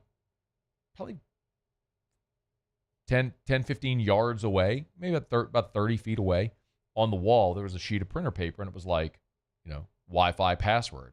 And I looked, and I could see the Wi-Fi network, and it was like reading. You go to the doctor's office, and they have like the top line, it gets smaller as it goes. It was like that. I'm like, I wonder if I could read that from here. And I look closely, kind of focus on it. Sure enough, I could read the Wi-Fi password from across the room. I have superhuman vision thanks to Dr. Blake Williamson. I had my LASIK. I believe it's now been we're coming up on 7 years since I had my LASIK, and I'm still thrilled. I'm 42 years old, and I see better than 20/20. If you want to have that experience as well, you can. Call the Williamson Eye Center. Set up that consultation. 924-2020. 924-2020. 924-2020. Call them right now. Like, what are you waiting on? Just call. You've been thinking about it? Call 924-2020. Or go to williamsoneye.com. All right, it is after further review. Got plenty more to let you hear from Jay Johnson, who met with reporters earlier today. We'll let you hear from Jay Johnson in just a smidge. The Saints added another free agent today as well that I want to talk about briefly. Got Brett Bielema, crushing Brian Kelly. We've got a lot of stuff to get to, but a ton of baseball. And we are going to talk Chants with Sam Weiderhaft, who covers Coastal. That's in 45 minutes from right now. Stick around. It's AFR, presented by Decision Critical. AFR. All right, y'all. You got 2 days of no baseball. But this weekend is going to be gobbled up by the Tigers and the Chants as LSU goes for number 8. So take the advantage of the next 2 days to get by Clegg's Nursery. They got all the flowers, the great selection, the trees, the plants, the shrubs, everything. But remember also, if you're having issue with some pests or issues with your lawn and garden, they can help you there as well. Like I always mention, the Aeon mosquito barrier. Size of a track baton, take the top off, fill it up with water to the fill line, shake it up, hang it on your property line. Done with mosquitoes 90 days at a time. Things like $20, $25. Trust me, it's worth it. If you have dead spots in your grass, maybe you're having trouble with clover or weed grass, Clegg's has all the products that you need. Maybe you need ant killer or wasp spray. They got all that. Remember, it's at Clegg's Nursery. So get by any of their 4 locations in the greater Baton Rouge area. Buy local, shop local, and tell them Matt sent you in to Clegg's Nursery. At Atmos Energy, our smart choice solutions help customers save energy and emissions with rebates up to $500 off high-efficiency natural gas appliances, smart thermostats, and weatherization upgrades. Together, we're fueling our energy future. At Bayou Automotive, we believe in a sales process that puts you first. We want you to experience an easy purchase with clear pricing and great service. Let Bayou Ford and Bayou Chrysler Dodge Jeep Ram be your trusted partners in finding your perfect vehicle. The crew at Bayou Automotive is going to do right by you.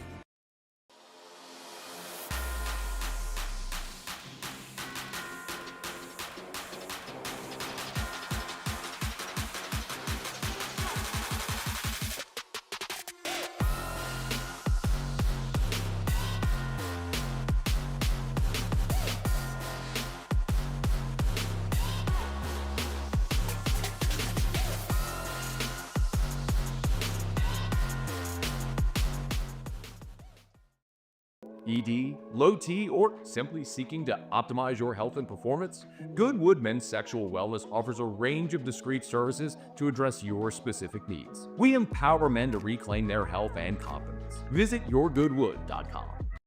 Gulf Coast Office Products is a nationally recognized Savin office equipment dealer based right here in Louisiana. Over 100 employees strong, Gulf Coast has the boots on the ground to support all vertical markets, from education, engineering, legal, and finance. With the latest in office technology, from desktop to production segment units, Gulf Coast and Savin have the perfect fit for you. Call 225-756-2644. That's 756-2644 for Gulf Coast Office Products. At Ochsner, we know healing is a team sport. That's why we've partnered with world-renowned orthopedic surgeon Dr. James Andrews to create the Ochsner Andrews Orthopedics and Sports Medicine Institute. Whether you're a professional athlete or a weekend warrior, our team of specialists are dedicated to getting you back in the game. So whatever your reasons are for reaching your personal best, we've only got one: you. Ochsner Andrews Institute. Long live you. At Sunshine, we know what you see when you look at your land. Where others may see dirt, you see the foundation you've built your life on. This, it's hallowed ground. It's past, present, and future. We're proud to provide quality John Deere equipment to help you maintain the land you love. Check out our current promotions and learn more about what it means to be powered by sunshine at sunequip.com.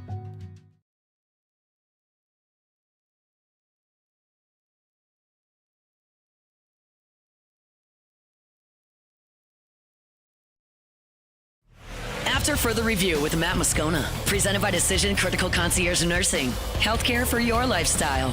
Learn more at decisioncriticalbr.com.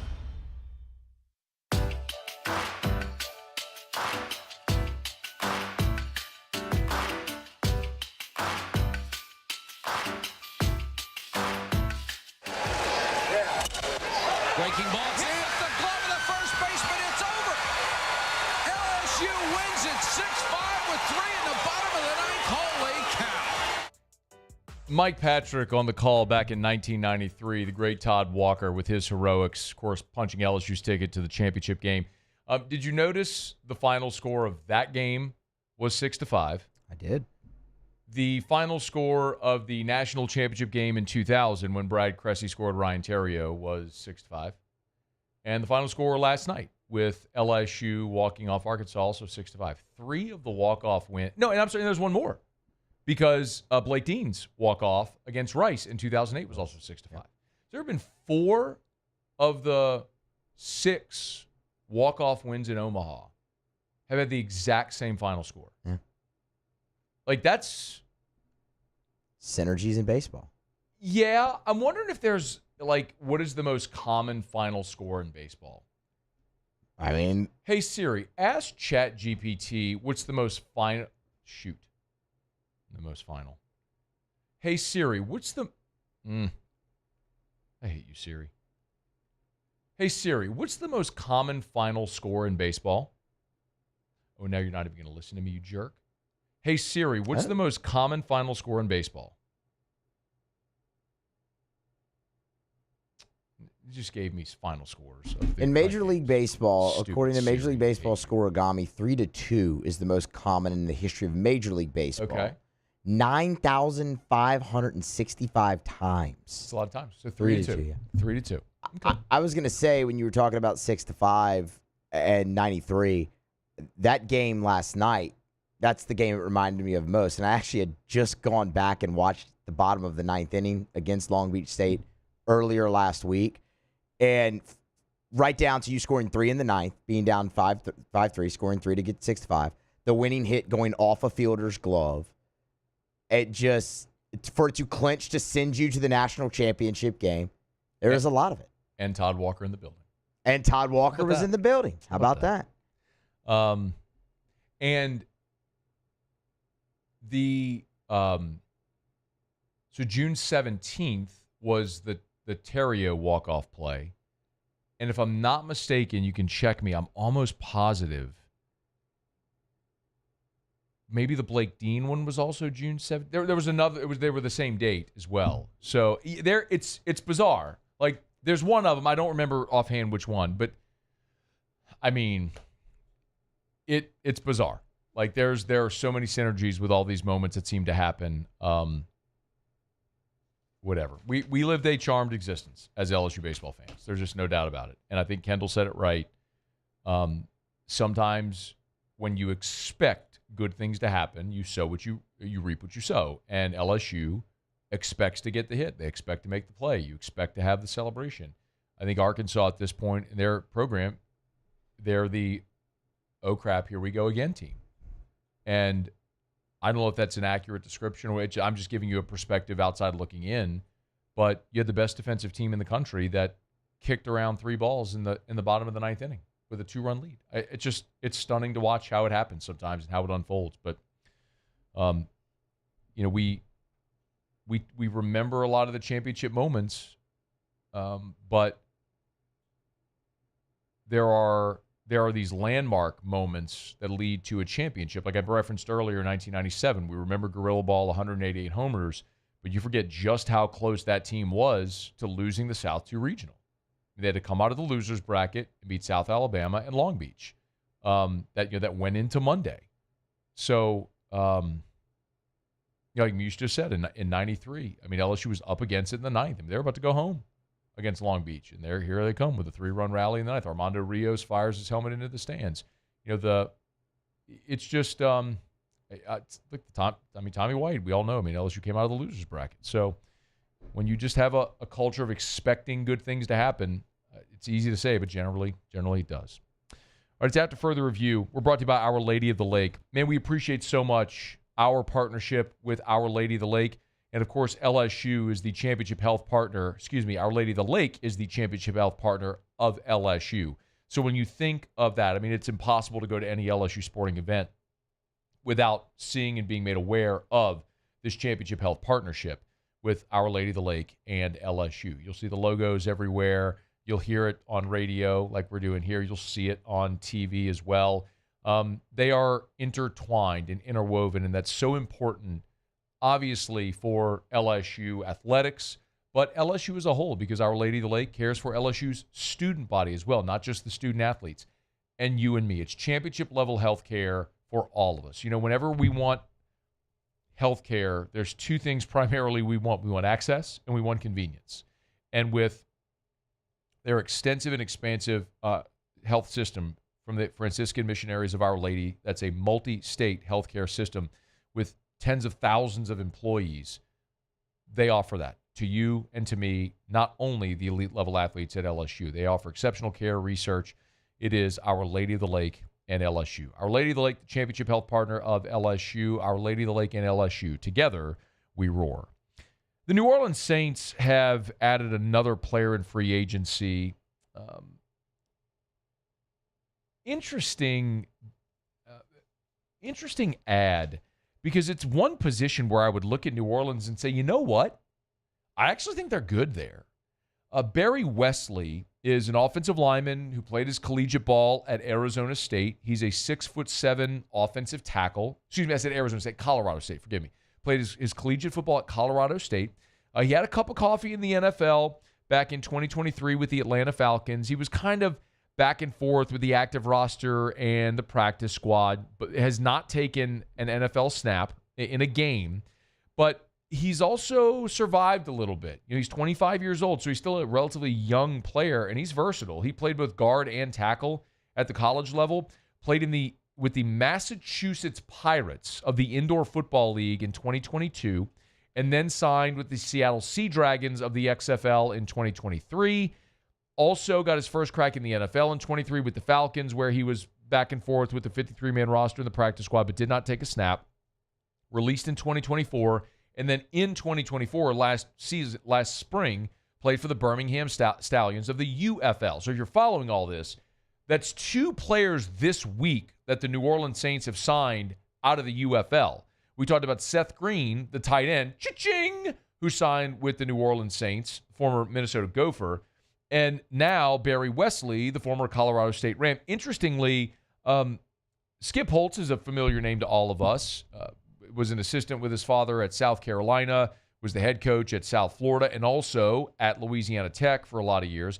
Now Skip Holtz is the head coach of the Birmingham Stallions of the UFL, and Barry Wesley, was his player. So this is what Skip Holtz said on Three Man Front on Jocks FM there in Birmingham about Wesley and his versatility.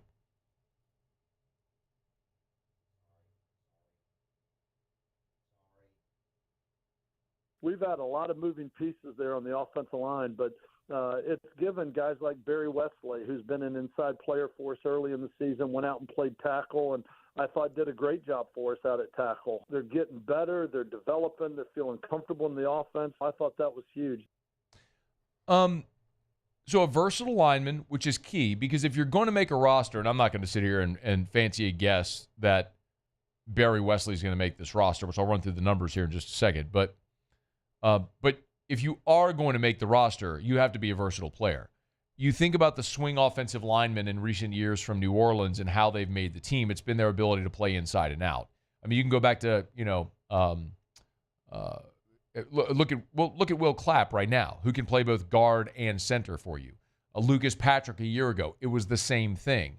He could play guard or center. So you want guys that are versatile. I mean, I can think back to Andrus Peat, who was disappointing his career because you drafted him to be a starting tackle. He ends up playing guard, but there were times when you had injuries to Teron Armstead where Andrus Peat became your left tackle when there was an injury. So he was a guy that could play inside or out. So versatility matters if you're going to make a roster in the NFL. I mean, unless if you are a first-round draft pick who is a plug-and-play starter who is designated for your position, you have to have versatility, the ability to move around. Look, we've even seen it with Cesar Ruiz, who's played both guard and tackle. So when you look, though, at the New Orleans Saints offensive line, as odd as it is to say, because we've had so many issues looking at New Orleans on the offensive line and the inability of these high-level draft picks to succeed at a high level at the next level, it kind of feels like this has become a position of strength, or at least maybe perceived position of strength, because of the investment. I mean, the last 2 years you've used your first-round pick on tackles. We know that. Most notably now with Kelvin Banks being your starting left tackle. So Taliesin Fuanga moves back to the right side, and you know the rest of the drill there with Trevor Penning moving to guard, and Cesar Ruiz and Eric McCoy, who's a second-round pick. But I mean, you've got tons of draft capital invested in your starting offensive line, and a lot of those guys obviously have shown versatility. But after those, you're probably looking for three more guys that you're going to carry. And Will Clapp feels like a shoo-in to make this roster because of his versatility at center and guard. And then you're looking at other guys where you have draft capital invested in them as well. So, I don't know that there is really I don't know that there's really a spot to be had. Nick Saldiveri is a guy that's played for you, although taking him with the first pick of round 4 out of Old Dominion and not seeing him really latch on to one of those spots has been disappointing. And the Saints have obviously also gone into free agency in this offseason and added veteran help on the offensive line as well. So I don't know that there's really a spot here for Barry Wesley to make this team. It's probably a situation where it's a camp body, but you never know. I mean, he's 25 years old, and maybe he surprises people and can step up and win one of those jobs. Dylan Radins is a free agent signee from the Titans that New Orleans added this year. So if I had to guess, Clapp, Radins, and Saldiveri would be my guess of the three backup swing linemen that would make this team, or at least would be the odds-on favorites to make this team. But maybe Barry Wesley's a guy that comes in as a tackle with UFL experience who starts to improve and can win one of those starting jobs. But you'll see how it plays out. I think it's also interesting, though, maybe even more so, that New Orleans is looking to the UFL potentially as a feeder, as a sort of minor leagues of sorts. And I think that's always been the ambition of these other leagues, be it the XFL, the UFL, the IFL, whatever the case may be, to have their spring football league be viewed as a springboard to the NFL, almost like a minor league. Say, come play games here, get professional experience here, grow, develop, be coached well here, and then go off to the NFL. And the more success stories there are of UFL players signing with NFL teams, like the more, obviously the more success that league will have because the more credibility they'll get. And guys who maybe are roster cuts, coming up here, in the summer when we get to NFL, roster cuts, those guys are going to be looking for a place to play maybe in the spring. That's going to be their opportunity. So, maybe you start to see even a better influx of talent into the UFL because of guys like this that are getting their opportunity in the NFL because of the experience gained in the tape they put out in the UFL. So just something to file away. But Barry Wesley becomes the second UFL player this week, joining tight end Seth Green to be signed by the New Orleans Saints. All right, it's after further review. Let me knock out a quick break. We'll do Tigers and the Pros here in about 12 minutes from right now. Jay Johnson met with reporters today in Omaha. We'll let you hear what he had to say the day after the dramatic walk-off win. AFR. Y'all, the housing market in Baton Rouge right now is on fire. If you are thinking about selling your home and you're seeing all the listings pop out there and you're wondering, how can I be competitive among them? How can I get the edge? Well, the edge is Darren James. I'm going to give you Darren's cell phone number, 335-7666, 335-7666, or agent225.com. That's agent225.com. I always love sharing great testimonials. This one's from Susan Jarrow, who left a 5-star review, who said, Darren James is very professional. He's sold several properties for me, and I'm very satisfied with his work ethic. He's very thorough, has become a great friend, 5-star. My review is the same as Susan's, is the same as thousands of others, because Darren sells more homes than anyone. If you need to sell your home, you need the best, call Darren James and get your home sold. Agent225.com. Think real estate, think Darren James.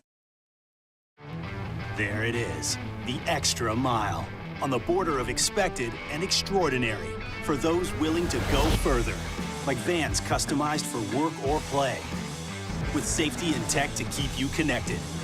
Supported by a 5-star sales, service, and finance team. And backed by the 1-star you know. So go the extra mile. It's never crowded, because so few have what it takes to go there. Mercedes-Benz Vans.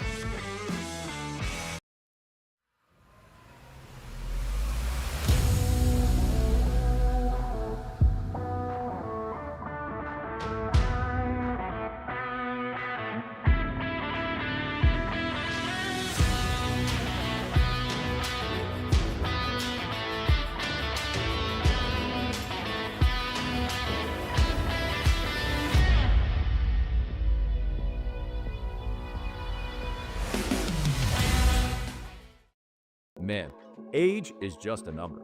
Don't let it dictate how you feel. Goodwood Men's Sexual Wellness has anti-aging services that can help you look and feel your best. Visit yourgoodwood.com and discover a renewed sense of vitality. These are the luckiest ice cubes in the world.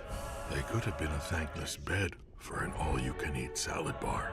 But instead, they've been called upon to cradle and cool a crisp, refreshing Dos Equis.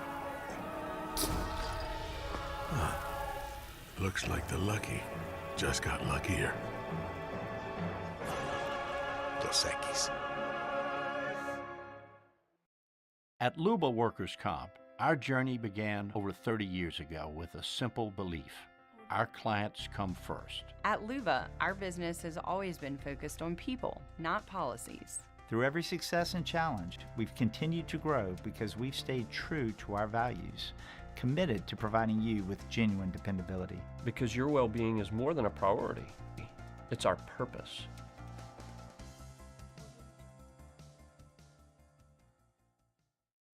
Gulf Coast Office Products is a nationally recognized Savin office equipment dealer based right here in Louisiana. Over 100 employees strong, Gulf Coast has the boots on the ground to support all vertical markets, from education, engineering, legal, and finance. With the latest in office technology, from desktop to production segment units, Gulf Coast and Savin have the perfect fit for you. Call 225-756-2644. That's 756-2644 for Gulf Coast Office Products.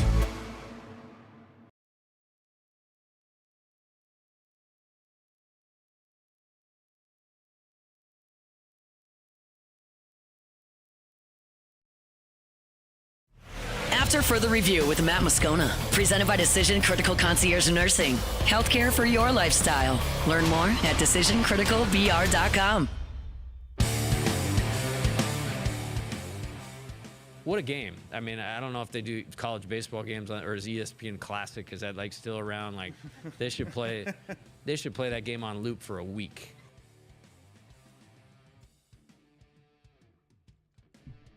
I don't know.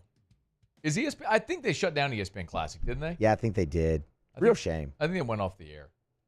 Well, I mean, you got to program 24-hour networks. It's a challenge. Yeah. You can just take all those classic games and put them on the networks that don't have live sports, which is what they do now. Like you'll see that game from last night is probably playing on the SEC network today. You see that pretty commonly. But yeah, I mean, it was an epic game. Jay Johnson afterwards, they had the day. The team did to relax. I know Jay was on off the bench this morning. By the way, catch that interview if you missed it. The guy spent a good, I think, maybe 17, 18 minutes with Jay Johnson this morning. Hester and Flynn did. So you can catch that on demand. If you search Off the Bench on podcast or YouTube, you'll see that. I think we posted also on the 104.5 ESPN, the full interview on all the socials. So, Facebook, Instagram, Twitter, it's all there. If you want to hear that convo. But they did mention that they're going to a steak dinner tonight in Omaha. The team will. So it's like, hey, take today and enjoy it. And then on Friday they come back and they're working out at Charles Schwab Field. They get to practice Friday at Charles Schwab Field, and Saturday the championship series begins. Jay, he met with reporters today, just before we came on air. Jay Johnson did, because all the LSU pool of reporters that are there in Omaha have daily access to whatever's going on with the team. If it's used to be a visit to the zoo or whatever they're doing, practice, everything. And Jay was asked if he thought Stephen Milam hit into a double play to end the game. Yeah, for sure. I was like, it was kind of like he's going to have to hurry, get down the line.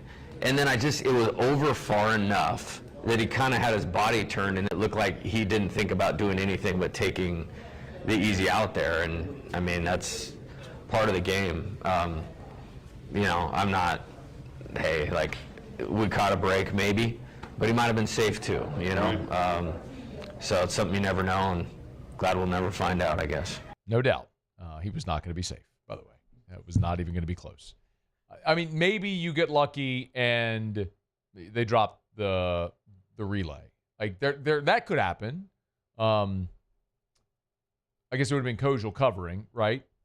So if Aloy was getting Second, the grounder, you're talking about. yeah, second. yeah. So maybe Kojal drops the ball or drops the transfer. I mean, those things could happen. But for an elite defensive team, that was a tailor-made double play ball. The game should have been over. Milam wasn't even to the runner's lane yet, bro. No. And again, he was coming from the right-handed box because Gibbler was on the mound. When I thought Chris Burke did a good job, like if you're watching the TV broadcast, when they went to the wide, I guess the view down from the first base camera and the wide view, you could see very plainly, like Milam was not even going to be close. But it's the decision he made, and quite honestly, I did another video with Terrio today. I'd encourage you I'm going to make a habit of these. Why not? He's a wealth of knowledge. We're putting on the parish construction and roofing social media. So I went to the office. We had a meeting today at the office, and I asked Terrio, of course, played shortstop at LSU and in Major League Baseball, about to walk me through what he saw with Aloy on that play. And he mentioned earlier. I mentioned that earlier in the game that Aloy was kind of lazy on that was the word he used. Not saying that Aloy's lazy. It was just sort of a lazy approach where you want to be charging that ball, but he kind of was lazy and waited on the ball to come to him, and probably missed an opportunity to double play earlier in the game. So he also pointed out that happened to Dickinson in this game as well, where you probably missed a double play opportunity because they spotlighted on the broadcast where Dickinson kind of had a weird crossover step towards second. So I think, and I'm paraphrasing here, and it's fun. The video, Terrio's video, you don't have this. Terrio's video on Twitter is up. It's got 61,000 views on it right now. I mean, he did it's a 2-minute explanation from a big league shortstop about that play, and I'll paraphrase it, but effectively what he said was, in that moment, look, you just got to make sure you get an out, and when the runner flashed in front of him, he probably panicked a little bit and just took the sure out to think, all right, well, they're safe at first and second, but at least I got an out. But he also said you got to know, and this is old baseball that everybody should know, is you got to know where you're going with the ball before it's pitched, if the ball comes to you. And in that situation, he said he felt like Eloy didn't know where he was supposed to go with the baseball, because that is an absolute, in that situation, the runner at third is irrelevant. So, yes, I mean, LSU absolutely caught a break. They did in that situation. But like I said at the start of the show today, and we'll continue to say, look at all of the things that LSU, the opportunities LSU had to blow this thing open. I mean, you lost a run on the pickle in the sixth when Jake Brown slipped.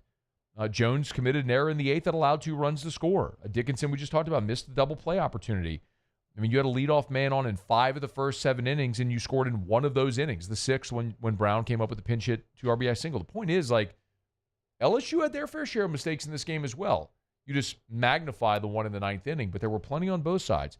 But by and large, you had 2 amazing pitching performances from these starters that neither was expecting to get the length and efficiency and effectiveness that they got out of Battle Sheets and out of Zach Cowan. And you had some really good hitters put good swings on good pitches from really good relievers. And we had the drama we had at the end, which was awesome. All right, it's after further review. Speaking of Parrish Construction and Roofing, parrishbuilt.com, parrishbuilt.com. Do business with someone you know, Parrish Construction and Roofing. It's me and Terrio and Richard Tilley and Joe Morales and Trent Davis and our great staff. And I'm thrilled. We've got our brick and mortar office in New Orleans, here in Baton Rouge as well, and we can go anywhere in the state. I get asked often sometimes. Someone sent me a message on my text line. Hey, man, y'all come to Covington? Hell yeah, we do. Covington, Mandeville, Madisonville, all along the I-12 corridor. We'll go anywhere. So if you have an issue with your roof, we'd love to help you out. I mean, look, we're in that point of the sea where it's hurricane season right now. It's storm season. It rains darn near every day, and usually when it rains is when you find out if you got roof issues. So we'd love to help you out. We'll give you that free, no-obligation roofing inspection. We can walk you through all your options. Not only residential, but remember, commercial and industrial as well. We can do it all. We hired Matt Pearson as our commercial roofing manager. We hired him from a company in Florida several years ago. It means there's not a soul on the planet, I think, that knows more about roofing than Matt. So he's just such an asset to us and for all of our commercial clients as well. So do business with someone you know. We'd love to help you out. Parrish Construction and Roofing, parrishbuilt.com, parrishbuilt.com. Oh, we are doing the $10,000 giveaway. Again, we're announcing the winner on July 18th. So everyone that signs up for a free, no-obligation roofing inspection, you're automatically entered to win $10,000 cash. No purchase necessary. All you got to do is sign up for a roof inspection, and you're entered to win. Parrishbuilt.com. All right, quick break. Muse will do Tigers in the Pros, and then Sam Wiederhaft will be here in 13 minutes. He covers Coastal Carolina. We'll get a deep look at Shantz coming up here at the start of hour number 3 on AFR. After further review. You know, third-party validation is so important. Like, Duplessis Builders can tell you they're a great pool company. I can tell you they're a great pool company. But when you get third-party validation, it's even more impactful, and especially when it comes from an industry leader. Pool and Spa News is one of the industry trade magazines in that field, and they just released their list of the top 50 pool builders in the country for 2025. And when you know it, Duplessis Builders made the list. Not only did they make the list, they came in at number 26 in the country. Not in Baton Rouge, not in Louisiana, not in the Southeast, number 26 in America when it comes to pool builders. So, how's that for third-party validation? You want a great company that's going to build you a beautiful pool that lasts and have an exceptional customer service experience? There's only one choice. It's Duplessis Builders. DuplessisBuilders.net. Gulf Coast Bank and Trust is giving our customers the power to bank anywhere, anytime during this challenging event. And we're right there with you. Our mobile banking app is a smart way to manage your money and time. Gulf Coast Bank and Trust, the bank that cares about you. At Bayou Automotive, we believe in a sales process that puts you first. We want you to experience an easy purchase with clear pricing and great service. Let Bayou Ford and Bayou Chrysler Dodge Jeep Ram be your trusted partners in finding your perfect vehicle. The crew at Bayou Automotive is going to do right by you. These are the luckiest ice cubes in the world. They could have been a thankless bed for an all-you-can-eat salad bar. But instead, They've been called upon to cradle and cool a crisp, refreshing Dos Equis. Looks like the lucky just got luckier. Dos Equis. Today, we are shaping tomorrow. We are researching how extreme stress impacts the immune system, from trauma victims to athletes and even astronauts. Our work is leading the way in sepsis treatment, saving countless lives. We're unlocking the mind with music in exciting new ways. Our Lady of the Lake Health and LSU are improving the health of our state. That's the impact of champions. Imagine the impact we'll have on the future. Together, we roar.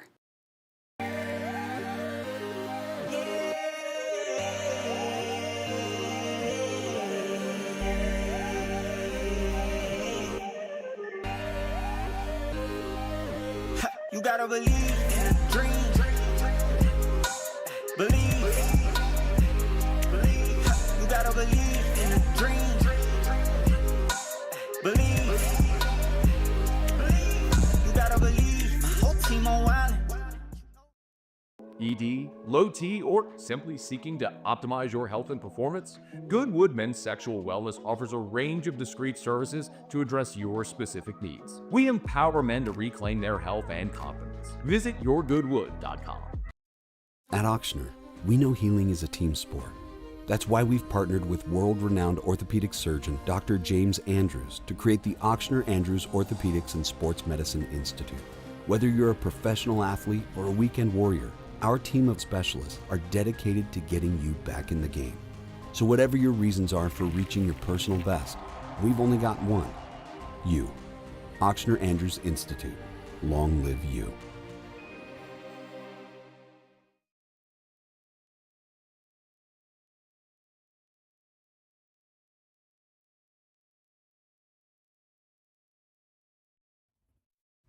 After further review with Matt Moscona, presented by Decision Critical Concierge Nursing. Healthcare for your lifestyle. Learn more at decisioncriticalbr.com.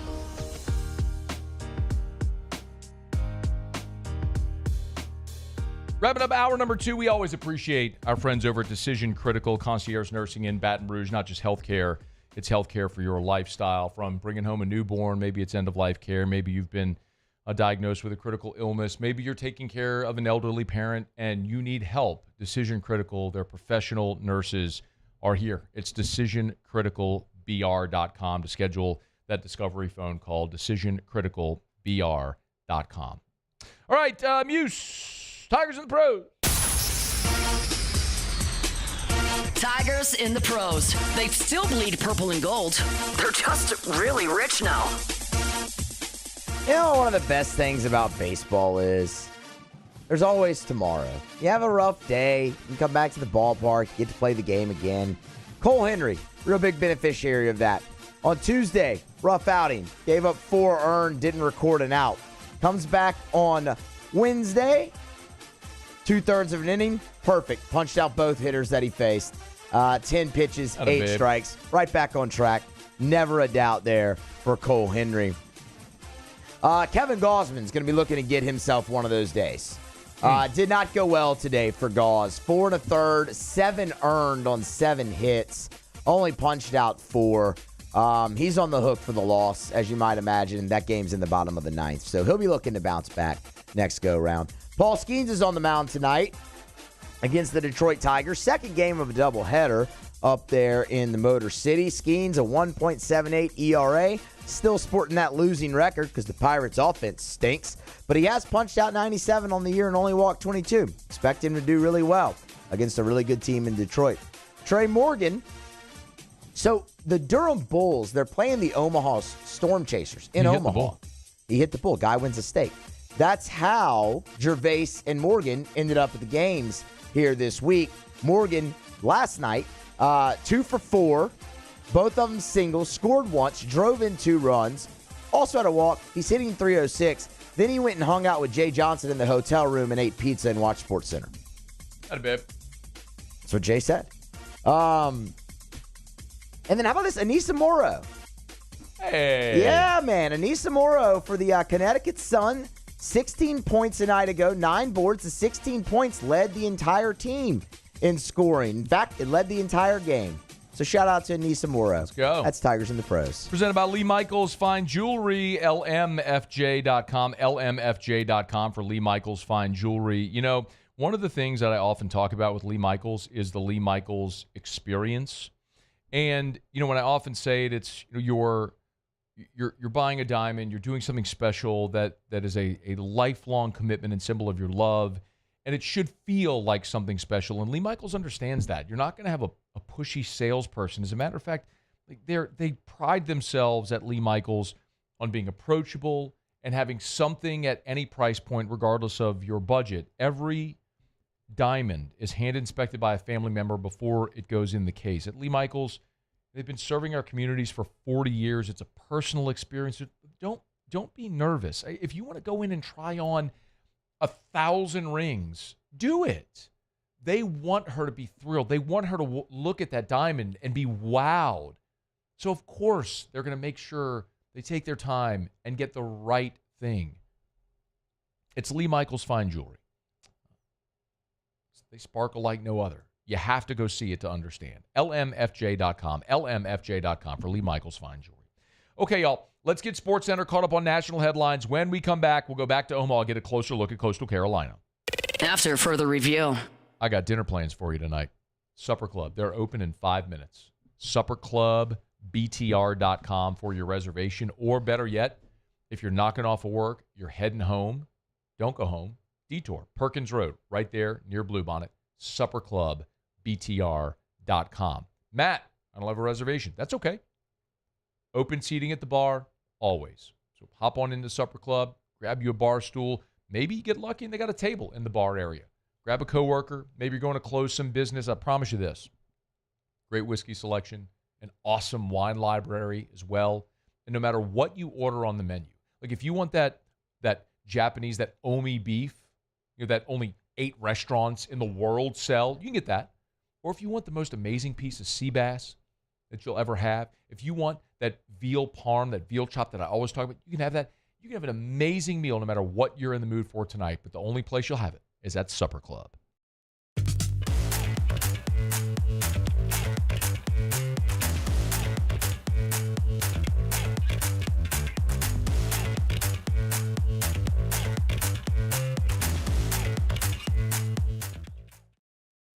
The Windsor Senior Living Community in Mandeville, Louisiana is a beautiful, vibrant apartment community geared toward seniors. They are nestled right in the heart of Mandeville, where seniors live a more carefree lifestyle in spacious apartments with the peace of mind that comes from having a little extra help. Call the Windsor at 985-624-8040 to schedule a lunch and tour. Come see how the Windsor can be your passport to peace of mind. At Sunshine, we know what you see when you look at your land. Where others may see dirt, you see the foundation you've built your life on. This, it's hallowed ground. It's past, present, and future. We're proud to provide quality John Deere equipment to help you maintain the land you love. Check out our current promotions and learn more about what it means to be powered by sunshine at sunequip.com. Men, age is just a number. Don't let it dictate how you feel. Goodwood Men's Sexual Wellness has anti-aging services that can help you look and feel your best. Visit yourgoodwood.com and discover a renewed sense of vitality. These are the luckiest ice cubes in the world. They could have been a thankless bed for an all-you-can-eat salad bar. But instead, they've been called upon to cradle and cool a crisp, refreshing Dos Equis. Looks like the lucky just got luckier. Dos Equis. At Luba Workers' Comp, our journey began over 30 years ago with a simple belief. Our clients come first. At Luba, our business has always been focused on people, not policies. Through every success and challenge, we've continued to grow because we've stayed true to our values, committed to providing you with genuine dependability. Because your well-being is more than a priority. It's our purpose.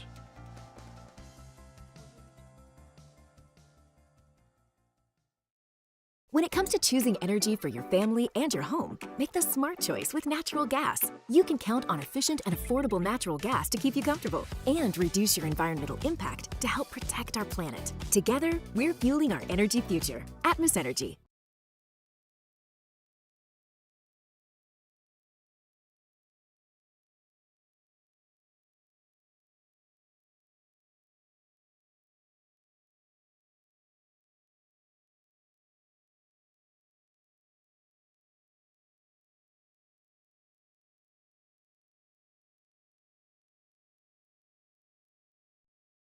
This is SportsCenter.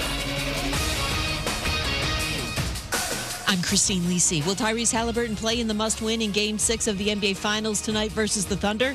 That remains to be seen. The Indiana star will be a game-time decision with a bright calf strain. And the main message Coach Rick Carlisle, meantime, has been sending to his team, take care of the ball, notes ESPN NBA insider Brian Windhorst. It is so important against the Thunder, especially because Halliburton is one of the best players in the league over the last couple of years of assist to turnover. When he has got the ball, you know he's going to make decisions, very good decisions most of the time. When he doesn't have the ball, which may be more than ideal tonight, the Pacers have just got to do better. First 3 games of the finals, Indiana allowed 13 points off turnovers. The last 2, 29 off turnovers. Game 6, 7:30 Eastern, ESPN Radio, 8:30 Eastern, ABC. From ESPN's Shams Charania, Rockets coach Ime Udoka agreed to a long-term extension, makes him one of the highest-paid coaches in the league. WNBA, Indiana Fever coach Stephanie White's taken a leave of absence to attend to a personal matter. Assistant Austin Kelly is the acting coach in her absence.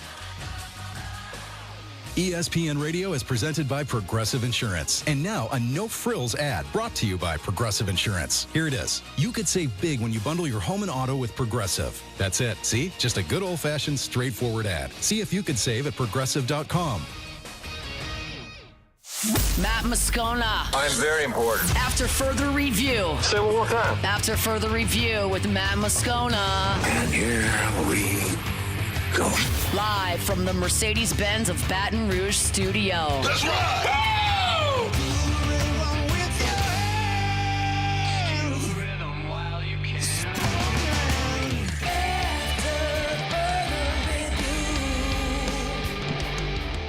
Hour 3, off we go. Welcome aboard. Glad you're with us. AFR, presented by Decision Critical, Concierge Nursing in Baton Rouge.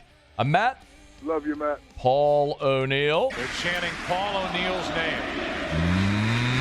Muso. And Mr. Toby Tom Plate.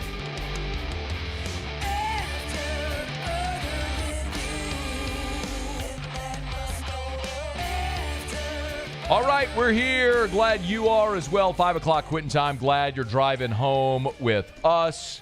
Plenty still to recap from LSU's dramatic win over Arkansas and preview as the championship series with LSU and Coastal begins on Saturday. And Sam Wiederhaft will be on the call for Coastal. He's good enough to join us here for a couple of minutes. Sam, we appreciate it, man. How are you? I'm great, Matt. Thanks for bringing me on. This has been a really incredible week so far, and didn't have joining the ESPN Baton Rouge show on my list for this week, but I'm glad that we're doing it, and I'm excited for this series, that's for sure. I'm glad we're doing it today and not tomorrow, because that means LSU would have had to play Arkansas today, and this sets up much better for LSU, but we'll get into that. Hey, when the bracket came out and Coastal was in Conway, and there's East Carolina and there's Florida, it looked like maybe the most brutal regional. When you saw that, what maybe was the expectation about whether or not Coastal could be where they are today, getting ready for a championship series? Well, truthfully, if you would have told me that we did not have to face Florida at all in that regional, I would have thought that you were crazy, just with the way that regional set up. But, when it came out, obviously, I think there was some disdain with, the Coastal fans thinking they should have been an 8 seed, a top 8 national seed, which didn't happen, and then you slip down to 13. This team wasn't fazed by it at all, and just put together some really good performances in that first leg of the NCAA tournament, and just kind of relied on what we've done all season. But yeah, no, it was an interesting look at the bracket, and we had some great environments in Conway with East Carolina fans coming down and just produced some really, really good baseball. 26 in a row. I know that's a number a lot of people have mentioned as this winning streak has gone along. Give me some context there, if you would, Sam, on how impressive this. I mean, 26 in baseball is a lot in a row, but give me some context on the number, if you would. Well, I mean, not only is it 26 wins in a row, it's 26 wins in a row at the most important part of the season, right? You sweep through the Sun Belt tournament, you sweep through the regional, the super regional, and now you're 3-0 here in Omaha at the Men's College World Series. I said it on the broadcast yesterday because I'm naturally a nervous person, right? We could have been up 20-0 in that game against Louisville. I still wouldn't have been comfortable until the 27th out was made. But I said it gets to a point where you can't really believe what you're watching. And Joe Katz, our radio play-by-play guy, just kind of looked at me and said, well, believe it, Sammy, because this is happening. And it really, really is something special. But, we've been finding ways to win games, and we've been finding ways to bring out our opponent's mistakes and really use those to our advantage. It seems like every single game during this 26-game winning streak, and frankly the whole season, it's been a different player that stepped up. This team is so deep. They rely on their depth. There's so much talent all the way up and down. And, it really is something special. And the fact that we haven't lost in, probably about 2 months at this point is really hard to believe, but it certainly is remarkable. Sam, it's also kind of incredible whenever you consider the context of this day and age of the portal of college athletics, where generally the non-power schools, whatever label you want to define it as, generally just get picked over with the best players. And Bodine, we talked about a mock draft earlier today. He's projected by Kylie McDaniel at ESPN to be the 20th pick in the draft. So how did they build this roster to be in this spot in this era? It's really all about culture, and it's something that Gary Gilmore, our legendary head coach, who was the head coach back in 2016 when we won the national championship, it's something that he built in his 25-plus years as the head coach. And it was a seamless transition from Gilly to Kevin Schnall, who was the associate head coach for a very long time and has been around this program for many, many years. And he's carried that over. He's got his own little twist on things, but it's really just a culture, grind, mindset. Their whole mantra this year is own it. And it really just trickles down from top to bottom. Every single player is bought in. They're extremely hyper-focused. And, it's really just being around this program and witnessing what they've been able to do and how they go about their business. It's really, really something that's remarkable. And like you said, it's something that's not really heard of in this day and age of college athletics. But look, Caden Bodine, I'm sure he had many offers to go other places, but he knows that Coastal Carolina is where he wants to be. This is the school that's going to prepare him best to take that next step. And, it's something that's really, really just been fun to watch, and just being around this program, seeing that culture just kind of come out on the field. Sam Wiederhaft is with us, play-by-play man for Coastal Carolina, as the Shots and the Tigers will lock up in the National Championship Series starting on Saturday. The big question, Sam, I think everybody has here just from jump is, how does Coastal handle their pitching? Yeah, I think it's a really good question, and I think that we handled it beautifully in the first three ball games, having Riley Eichhoff start against Arizona and go just 4 innings and 45 pitches. He was efficient with those 4 innings, gave up a couple of runs, but Cameron Flukie came in and was good in his 4 innings.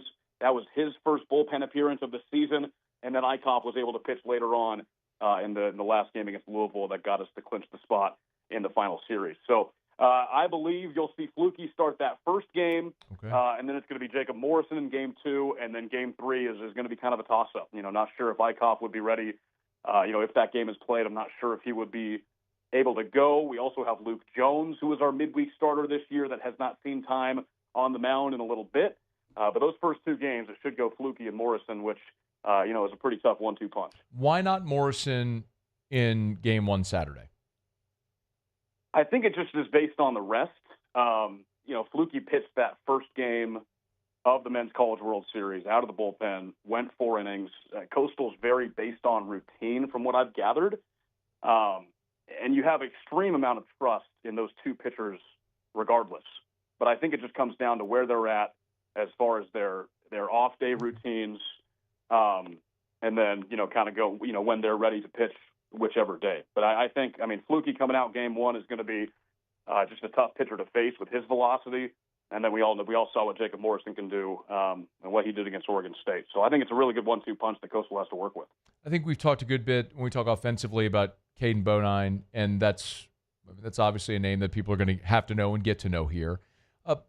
If you were to characterize the offense, I can look at the stat sheet here, 290 club, three everyday players hitting over 300. But if you were to characterize Coastal offensively, how would you describe them? Obsessed with getting on base. That has been the mantra of this lineup because it's not very power heavy. You look at Coastal historically, and it's been a pretty power heavy ball club, and the pitching has kind of lacked off a little bit. This year, it's flipped, right, where the pitching is the star aspect of this team, and the lineup just finds ways to get on base, not necessarily by their power, but by their way of working long at-bats and really working these pitchers up into high pitch counts and forcing them to throw strikes. We've been hit by nearly 180 pitches this year, which is close to, if not the, Division I all-time record, just because of the way that we work at-bats and force mistakes out of the pitchers. So that's something that Kevin Schnall told me all season was, these guys are just obsessed with getting on base. They have to do anything it takes just to get on. And then Coastal's able to use their small ball with bunting to move runners over. And it's all just produced a great amount of offense this year for the Chants. Is there a player that's risen in the postseason that maybe LSU fans a name they should know and keep an eye on here in this championship series? Well, I think Colby Thorndike is the guy that kind of jumps off the page with what he's done, and not only in the Conway Regional, where he was the regional MVP, had a 2-home-run ball game, had a big grand slam against East Carolina in one of those games. Didn't really do too much against Auburn in the Super Regional, but boy, he's come alive here in Omaha. Back-to-back ball games in the first inning. He's had bases clearing doubles in the first, out to right center field. He had 4 total RBIs against Louisville yesterday. He's a guy, a first baseman that kind of struggled throughout the season, wasn't getting the pop that I think Coastal was expecting. He was a community college transfer, only hit 1 home run all regular season. But now, since he's gotten to the postseason, he's reached another level and has become one of the leaders offensively. For Coastal, the path to winning the national championship, what does that blueprint look like? I think it's just playing clean baseball, right, and relying on what has got you here. Pitching staff, obviously, second best ERA in the entire country. And I know it's a little intimidating facing LSU, but you went to Auburn and swept the Tigers in 2 games off of 2 really good performances. So can you back up that pitching staff and work long at-bats and continue to get on base, just what you've done in the first 3 games? But I think it's going to have to take some battles at the plate.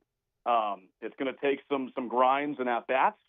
I think there certainly is a way, and I think Coastal's been confident all the way through. Just being around this program, nobody's been really phased.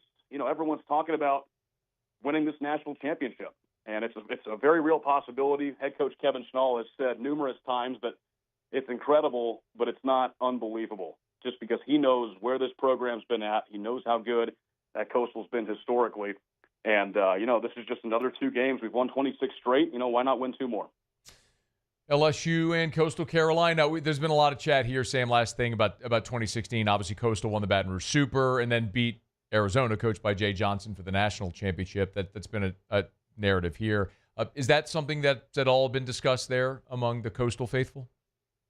Well, yeah, we've actually had a lot of the 2016 players that have come back, at least for that first weekend, and are now planning to come back for this final series, which was really cool to be around those players and get to talk to them and know their stories and just hear about that incredible run of going to the box, beating the Tigers, and then running all the way through the Men's College World Series and taking down a Jay Johnson coached Arizona team.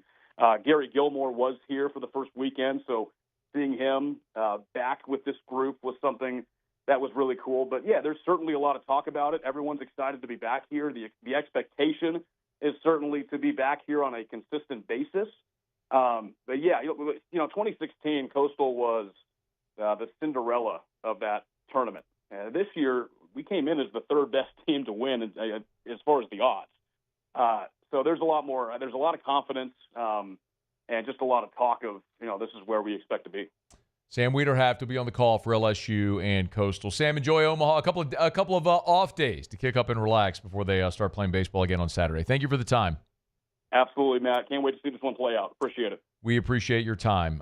Sam Wiederhaft joining us here on AFR. It is After Further Review. We're brought to you by Shaw Bills Tire and Auto Service. ShawBillsTire.com with locations all over South Louisiana. You know where to find them. They started back in 1968 in Morgan City, worked their way up to Baton Rouge, west to Lafayette, throughout Acadiana. If you need tires, you buy them at Shaw Bills. You want the best tires on the road at the cheapest price possible? Shaw Bills will do that. They'll always work hard to combine a manufacturer's offer with their in-house offer to work really hard to get you the best prices. As a matter of fact, they guarantee it. It's part of the Charlie's Dozen. It's a dozen benefits extended to you and your family when you buy tires at Shaw Bills. One of them is the price match guarantee. If you buy tires at Shaw Bills and you find them cheaper somewhere else, they'll refund you 125% of the difference. It's Shaw Bills. Shaw Bills Tire and Auto Service. ShawBillsTire.com. Shaw Bills, where we keep you rolling. There was I got this in my inbox today. Paul, can you pull that up if you can? It's at LouisianaSports.net. I know you can't see my screen. There's a map. It's a College World Series rooting interest map for the national championship. Did you see this? No? No, but I can imagine. Okay, well, because you can't see my screen either. I can't. So what do you think? I mean, I think America's rooting for Coastal Carolina. Okay, well, to what degree? How many? So there's 50 states. They have one of those color-coded maps. Yeah. Right. I don't know if you could see it or even blow it up. Holly, but I will give LSU, Louisiana, and Texas, and I think everything else. Texas? Why Houston? Texas? I was thinking Houston. Oh. Big alumni base. Oh. Honestly, that's what I was going for there. Texas don't give a good gosh darn about Louisiana, dog. Well, I mean, there is an LSU alumni base, but keep in mind, there's more Aggies and Longhorns in Texas than there are Tigers. That is true. I mean, so no, Texas is not cheering for Louisiana. Just Louisiana? Well, there would be one other very obvious state that's very LSU partial around this time of the year. Nebraska. Nebraska, yes. Yeah. So you're very close. Louisiana, Nebraska, and there's one more. Really? One more. All right, hold on. Let's see. Let's say maybe this is an anti-coastal perspective. Who would maybe have a rooting interest against Coastal because of 2016? Arizona. Jay Johnson's former squad. How about that? That's surprising to me, actually. So there it is. I don't know if you can see it right there, but there it is. Yeah. So there's the map. Louisiana, Nebraska, and Arizona. I guess this was a survey done by sports betting. They used geotag data on X, and America is overwhelmingly rooting for Coastal Carolina. But hey, you ever wonder where Nebraska's loyalty lies? Hey, bro, their favorite color, it ain't teal, it's green, dog. And when LSU goes up there, money flows. And they want LSU to stay for 10 days and spend your money, y'all. So, yeah, Nebraska is very much rooting for the Tigers in this one. All right, it's After Further Review. We're glad to have you hanging out with us here. Our Thursday shows are presented by Decision Critical Concierge Nursing in Baton Rouge. Thanks for hanging out with us. We'll continue on AFR. AFR. We're brought to you by River City's 1 Hour Air, where they're always on time or you don't pay a dime. 752-0001. That's the phone number. You can get them right now. 752-0001 or 1hourbr.com. I always love sharing the 5-star Google reviews, and I mean, I'll never run out of them because they've got more than double the amount of 5-star Google reviews of the next closest competitor. Like this one from Dana Biggs, who wrote, overall, very positive experience. Cole diagnosed our problem, recommended some solutions, implemented the solution we chose. He did a 2 or 3 man job, mostly on his own, and we were very happy with the work. Another 5-star Google review. I don't want to miss that point because that's what happens when you call River City's 1 Hour Air. They'll diagnose your issue, and they will give you a good, better, and best option, and then you choose. What investment do you want to make? How much do you want to spend on this? Do you want to fix it now? Do you want the bandage? Do you want to go full? Like, they will give you multiple options, and you pick. It's River City's 1 Hour Air. 752-0001, where they're always on time or you don't pay a dime. Gulf Coast Bank and Trust is giving our customers the power to bank anywhere, anytime during this challenging event. And we're right there with you. Our mobile banking app is a smart way to manage your money and time. Gulf Coast Bank and Trust, the bank that cares about you. When you can't rely on technology, you can rely on Mountain Cold Refreshment. Dave's back on. Coors Light. Choose chill. We typically think of stress as being bad for us. At Our Lady of the Lake and LSU, we are researching how certain types of stress, such as exercise, can be good for our immune health. By studying people under extreme stress, such as athletes, astronauts, service members, and first responders, we're learning how to improve the immune health of everyone. That's the power of research. That's the impact of champions. Together, we roar. Baton Rouge is home for real rock. It's Eagle 98.1. Foo Fighters. Led Zeppelin. AC/DC. Pearl Jam. And the flagship home for LSU sports. Take us anywhere with the Eagle 98.1 app. Eagle 98.1 is the rock station. Gulf Coast Office Products is a nationally recognized Savin office equipment dealer based right here in Louisiana. Over 100 employees strong, Gulf Coast has the boots on the ground to support all vertical markets from education, engineering, legal, and finance. With the latest in office technology from desktop to production segment units, Gulf Coast and Savin have the perfect fit for you. Call 225-756-2644. That's 756-2644 for Gulf Coast Office Products. ED, low T, or simply seeking to optimize your health and performance? Goodwood Men's Sexual Wellness offers a range of discreet services to address your specific needs. We empower men to reclaim their health and confidence. Visit yourgoodwood.com. At Ochsner, we know healing is a team sport. That's why we've partnered with world-renowned orthopedic surgeon Dr. James Andrews to create the Ochsner Andrews Orthopedics and Sports Medicine Institute. Whether you're a professional athlete or a weekend warrior, our team of specialists are dedicated to getting you back in the game.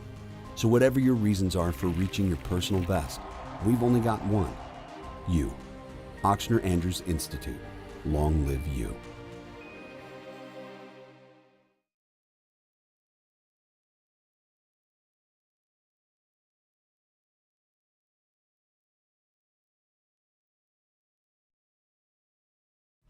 After further review with Matt Moscona, presented by Decision Critical Concierge Nursing. Healthcare for your lifestyle. Learn more at decisioncriticalbr.com.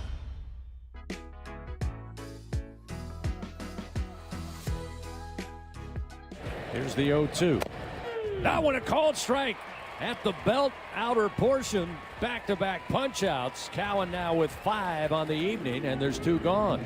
Means the world. I mean, it means the world when I have the trust from the coaching staff like I do, and the defense behind me. And yeah, like the second half or last half of the season didn't obviously go as planned, but I mean, it's going out there and competing every time I'm out there. So. Zach Cowan, and actually after he finished that answer, Jay Johnson jumped in and said, let me correct you. It was a couple of outings that didn't go as planned. He said very clearly Zach Cowan was the best reliever in America. And you know, I want to make sure that because we are going to spend a lot of time forever in perpetuity, especially if LSU goes on to win 2 more games, talking about Jared Jones and the game-winning hit and what transpired in the 9th. What I don't ever want to be lost is Zach Cowan going 5 1/3 of 1-run baseball. He was masterful when I don't think many of us were anticipating getting that. I mean, I said it all day yesterday. I'm sure most everybody else did. That's not unique to me. I mean, all of us. I just don't want to put words in anybody else's mouth. But I think generally we were anticipating a high-scoring game. I mean, Jimmy Ott gave us his play. It was the over 9.5. I mean, a lot. We thought this was supposed to be a bullpen day, which it ended up being, for both teams, and that we were going to see some offense on a day where the wind's blowing out. And Beidelshees and Zach Cowan were awesome. I mean, Beidelshees left without having allowed a run. Now, he was responsible for the runs that came in on Brown's single, but that was the first time in conference play he didn't allow a run. I mean, I get it. He allowed 2 runs, but that's incredible. What a time to have that happen. And then for Cowan, the 5 1/3 was his longest outing of the season this year. He had gone 4 2/3 against Auburn, which was his previous long outing. So what an incredible time to step up on that stage and have that performance, which kept you in it to get to the point in the game where you could have all the dramatics late. I don't think we should ever forget that outing by Zach Cowan. It was epic. We should talk about that, especially if LSU wins 2 more games. We should talk about that in the same manner in which we talk about Nate Ackenhausen and Griffin Herring from 2023. They gave you incredible outings when you had to have it. And the fact that Cowan gave you that length, in part, allowed you to preserve Anthony Ianson. So now you're going Anderson-Ianson this weekend against Coastal. Now it sets up like a weekend series. Just winning 2 out of 3, and your pitching is lined up the same way it would for any other weekend on full rest. Jay Johnson, by the way, here was Jay after the game talking about Zach Cowan. You know, things are funny how they work out in your life, that we're supposed to play Wofford in the first game of the NCAA tournament, and I spent 5 days preparing for Zach Cowan, and thank God they didn't throw him because he threw like 800 pitches in the conference tournament. But what a performance, what a season.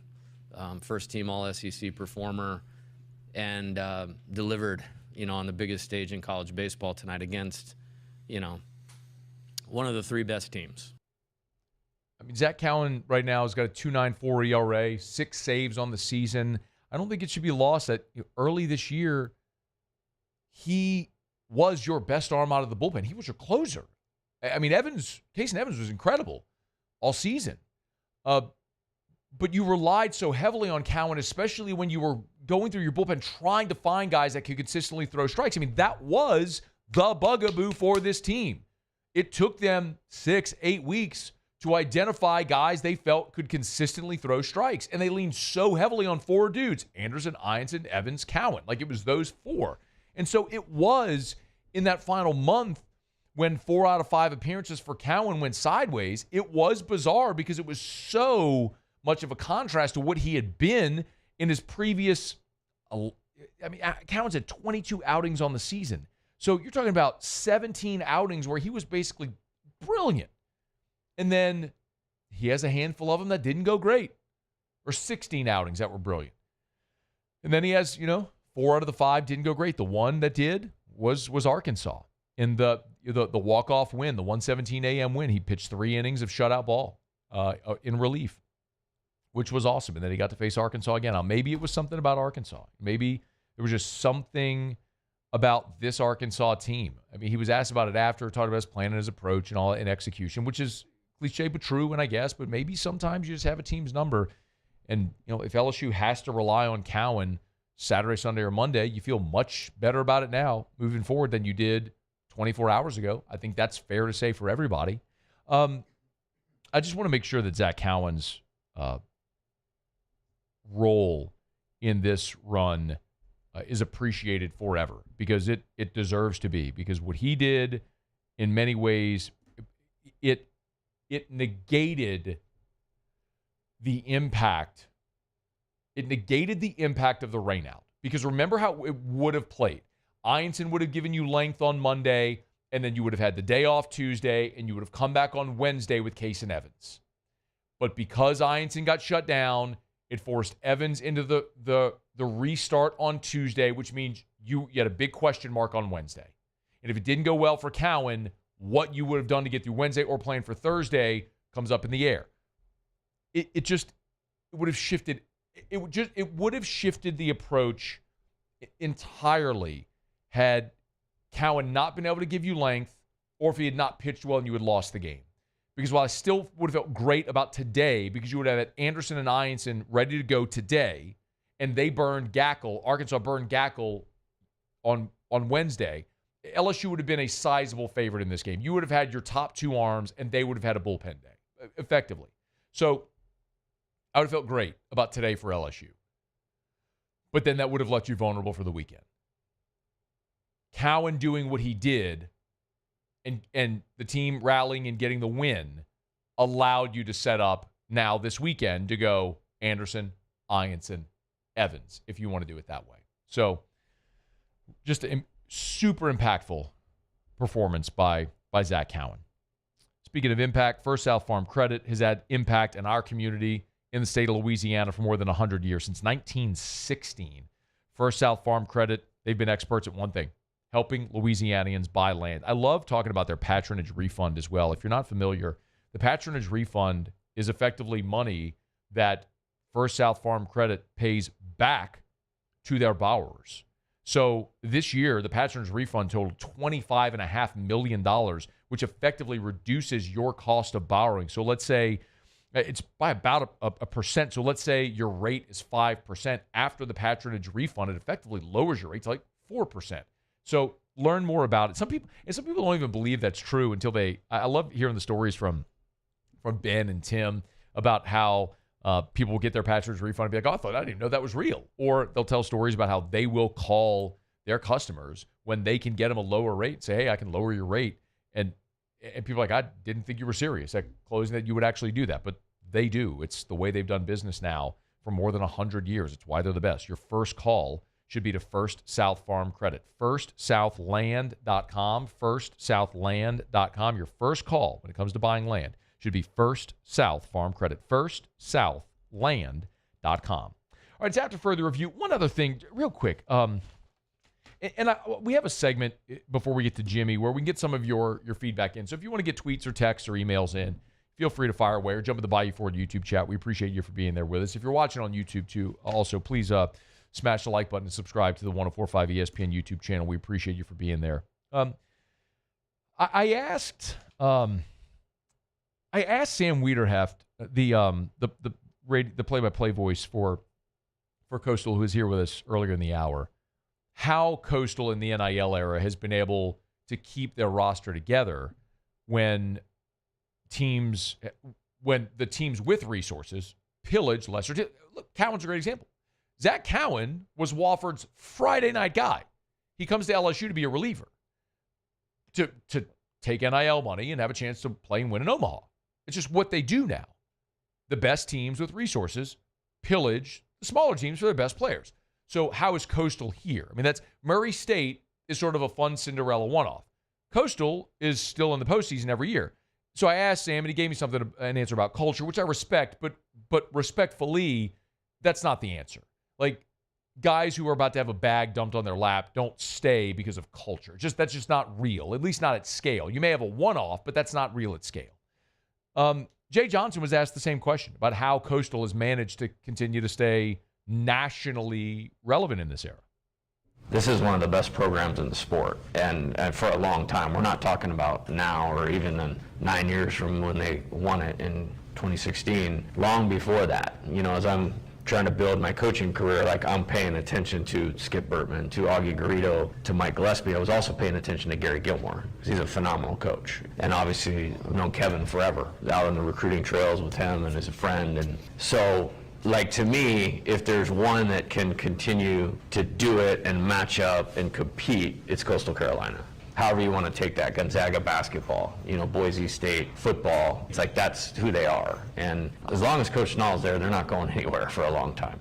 They got 21 tournament appearances. I mean, to Jay's point, they made the tournament back in 1991. They made the tournament, then didn't make it again for a decade. They were back in 01, 02, 03, 04, 05.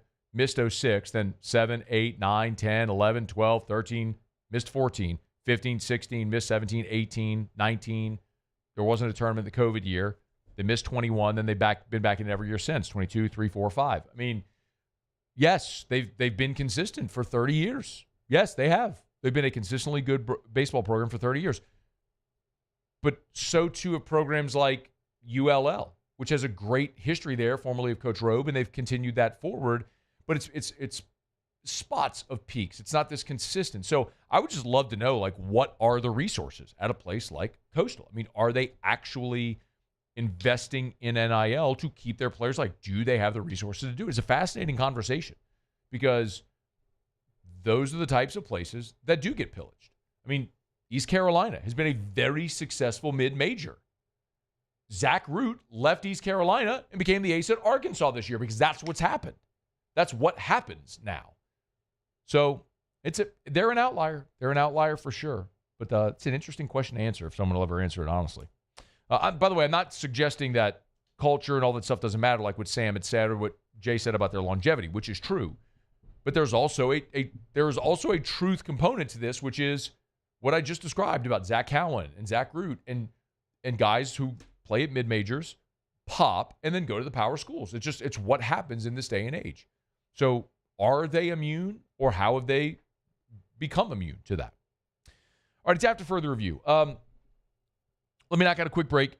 You can get some reaction in if you want to. Stay here. Jimmy's up here in about 15 minutes on AFR. AFR. Another day, 888 more Jell-O shots for Will Helmers to sling over there at Rocco's. Have we gotten a Rocco's Jell-O shot board update lately? I hadn't looked at it in a few days. I mean, I don't think anybody's even close. I mean, that thing was probably wrapped up by the opening weekend. But the CWS Jell-O shot board, Gordon's doing his part. But the bottom line is, with Gordon McKernan Injury Attorneys, great supporter of all things LSU, all things Louisiana. Get Gordon and get it done. Yes. The Jell-O shot. Oh, there we go.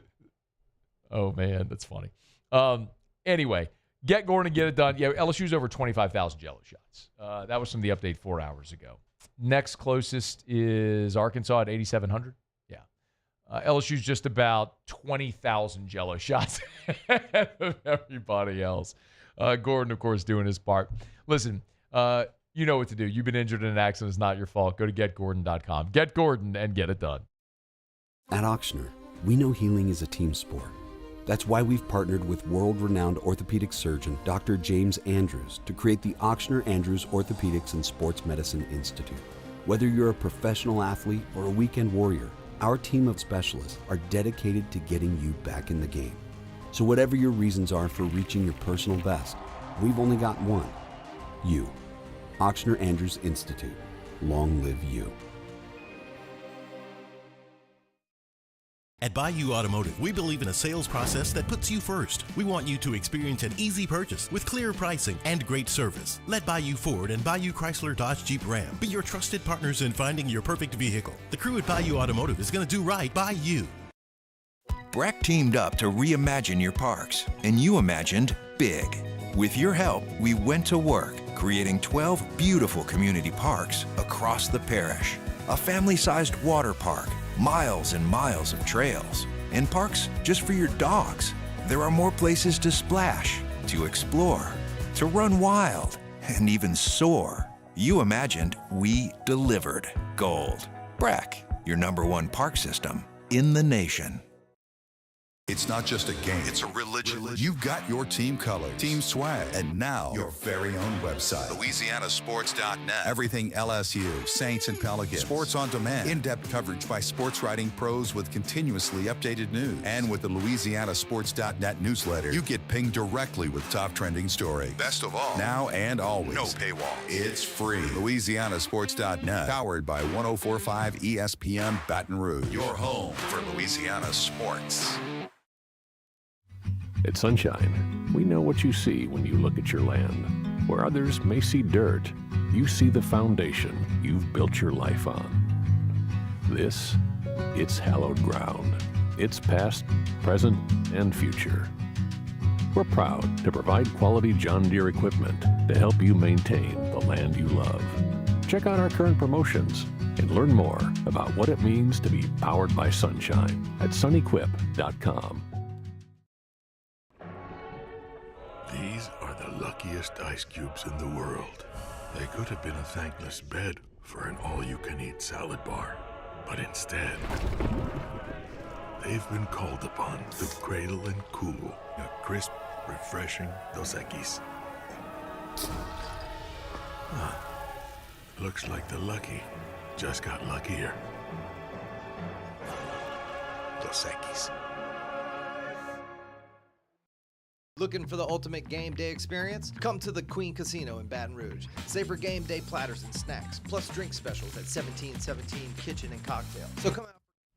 After further review with Matt Moscona, presented by Decision Critical Concierge Nursing. Healthcare for your lifestyle. Learn more at decisioncriticalbr.com.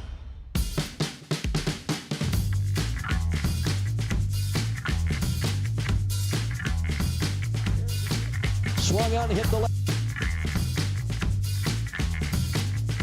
Here's the pitch. Swung on, hit the left field. That's well hit. Well hit. Well hit. That's off the wall. 1 run scores. 2 run scores. 3 run scores. Tigers win the ball game. LSU did it again. Holy cow. Magical run in 2008, of course, when LSU under Paul Mainieri won 23 consecutive games, rode that trend all the way to Omaha. They did lose, of course, in the Super Regional opener to Cal Irvine, then a miraculous rally to win Game 2, and then they just blew the doors off of Cal Irvine on that Monday night in the last game at the old Alec Box Stadium, and then they went up to Omaha and won that game against Rice when Blake Dean banged one off the wall. A bases clearing doubled, and LSU won that game 6-5. When you look at the walk-offs and understanding of the other walk-offs that we've discussed, 1993 Todd Walker, 1996 Warren Morris, 2000 Brad Cressy, 2023 Tommy White. 4 of the other 5, LSU went on to win the national championship. Of course, in 2008, they didn't win the championship. They did win it a year later. And we'll see what the fate may be of this LSU team with Jared Jones's heroics on Wednesday night against Arkansas. It's After Further Review, presented by Decision Critical Concierge Nursing in Baton Rouge. I appreciate you for being here with us. Jimmy will be here for Otter Locks in about 10 minutes from right now. We'll get Jimmy's picks. The odds are up already for this College World Series final that we've talked about with LSU and Coastal Carolina. LSU is the betting favorite in the College World Series. Overall, they are LSU is, I thought the odds would be a little shorter here for LSU, but LSU is minus 190 to win the College World Series. That means you'd have to bet $190 to win 100. And in Game 1 on Saturday, LSU is minus 160, meaning you'd have to bet $160 to win 100. So LSU is a substantial favorite both in Game 1 Saturday and then in the series, the championship series as a whole, as they well should be. We'll watch and see how it all plays out. But if you're going to have Cade Anderson on the mound, LSU is going to be a decided favorite whenever he pitches, and should be. So Tigers and Shantz will play Game 1. Is it 6 or 6:30 on Saturday? Remember, Sunday's 1:30. It's an afternoon game on Sunday, and then it goes back to night on Monday. Saturday is 6. Saturday is 7 Eastern, 6 Central. Yes. And 1:30 on Sunday. Remember, Sunday is the day game. And it goes back to a night game on Monday if it gets to Monday. Here's hoping we don't see a game on Monday. And I don't think we will. Do you have a feeling yet on do you think you'd go? I'm certain you're going to pick LSU, but yes. Do you have a feeling if it goes 2 or 3? I think it goes 2. And I think LSU better hope it goes 2. I don't really want to see Riley Eichhoff on a Monday night. He's a guy that could give LSU a lot of problems. And it's kind of like we talked about with the West Virginia deal, where it's like, you get it through because you don't want to go to that winner-take-all thing. And, Zach Cowan was great, and I'd imagine he'd be the guy, if he hadn't pitched, that LSU would go to Monday. Depends if Evans has to pitch. Right. Man, if you're trying to close this thing out, I just can't see a world where Evans doesn't, unless Ianson or Anderson goes CG. There could also be a scenario where Florida and there's a million different things that could happen as you get into the end of a tournament like this. But what if hypothetically Anderson gives you 7 1/3 and you're up 9-1? Right. I'm not going to Casey Evans up 8. No. I'm going to Maverick Rizzi and No. Jacob Myers and seeing if I can just finish it. And if they get within 5, all right, then Evans is going to warm up. I think a Game 3 pitching advantage would lie with Coastal, so that would give me some concern. But with Anderson and Ianson, man, it's hard for me to see LSU not doing this in 2. The depth of the arms in LSU staff, I'd still favor LSU in a third game if it got there. But I'm in complete agreement. I feel the way about this that I felt about the Super Regional, and that's not meant to be any disrespect to Coastal. It is more to say, I am going to bet on Cade Anderson and Anthony Ianson to win 2 baseball games. We saw them do that all year in the toughest league in America. Again, utmost respect for Coastal. Everybody said it. I think everybody knows it. They're not sneaking up on anybody. This is a good baseball team. They're a veteran team. They've won 26 in a row. Are they up to 55 or 56 now on the season? 56 and 11. 56 wins. it's incredible what they've done. They're a well-coached team, and they're great, and they're deep, and they're talented, and they got a guy that's going to be a first-round draft pick, and all that stuff. And all of that is negated when you have a dominant pitcher on the mound. I mean, Arkansas has all those things as well, and Cade Anderson just put the handcuffs on them for 7 innings. So I'm going to bet on Cade Anderson on Saturday. And I think this is the other thing, too, and I can't tell you I've sat here and watched I've watched Coastal in the tournament. I haven't watched them all year. So I can't say that I was watching them throughout the Sun Belt season. But everybody knows by now, if you've watched the tournament, about Morrison. He's the big 6'8" pitcher, and he's great, right? He shoved 7 1/3 right down Oregon State's throat. Fantastic. I gotta believe if they hold him to Sunday, they're intentionally pitching off so as not to burn him potentially against Anderson. I think their strategy has to be, we don't want to lose against Anderson and burn our biggest bullet. So you pitch off there, and I get it's a day shorter rest, but so you have him full rest on Sunday. But you pitch off, you split the first 2, and then you get the scenario you just described, which is probably their best. I think that's Coastal's best opportunity to win it. So, it's no different than we've seen teams do against Paul Skeens or Aaron Nola with those LSU teams where they'd say, look, our best guy still ain't beating that guy, so let's just pitch off, split the first 2, and see what happens in Game 3. I think that's probably what he'll never admit it, but I think it's probably what they're thinking. And I agree with you with the depth of LSU's arms. I went through it today on the Moose with the Box episode that's dropping tonight. I think LSU's deeper. The issue is I like a guy like Eichhoff being not overpowering, sinker slider. We've seen that type of arm give LSU trouble, and if he can get deep in that game, that's the way they can mitigate it. But depending on who LSU has left, yes, but in a world where you're playing close games in this weather where the wind's going to be howling in and it's not going to be offensive and you have great pitchers on the mound, that scenario does bother me. But, yeah, I think they like Fluky a lot, but Morrison's the better arm than Fluky. The one counterpoint about Game 3 is, and in a weekend series, I would completely agree with you.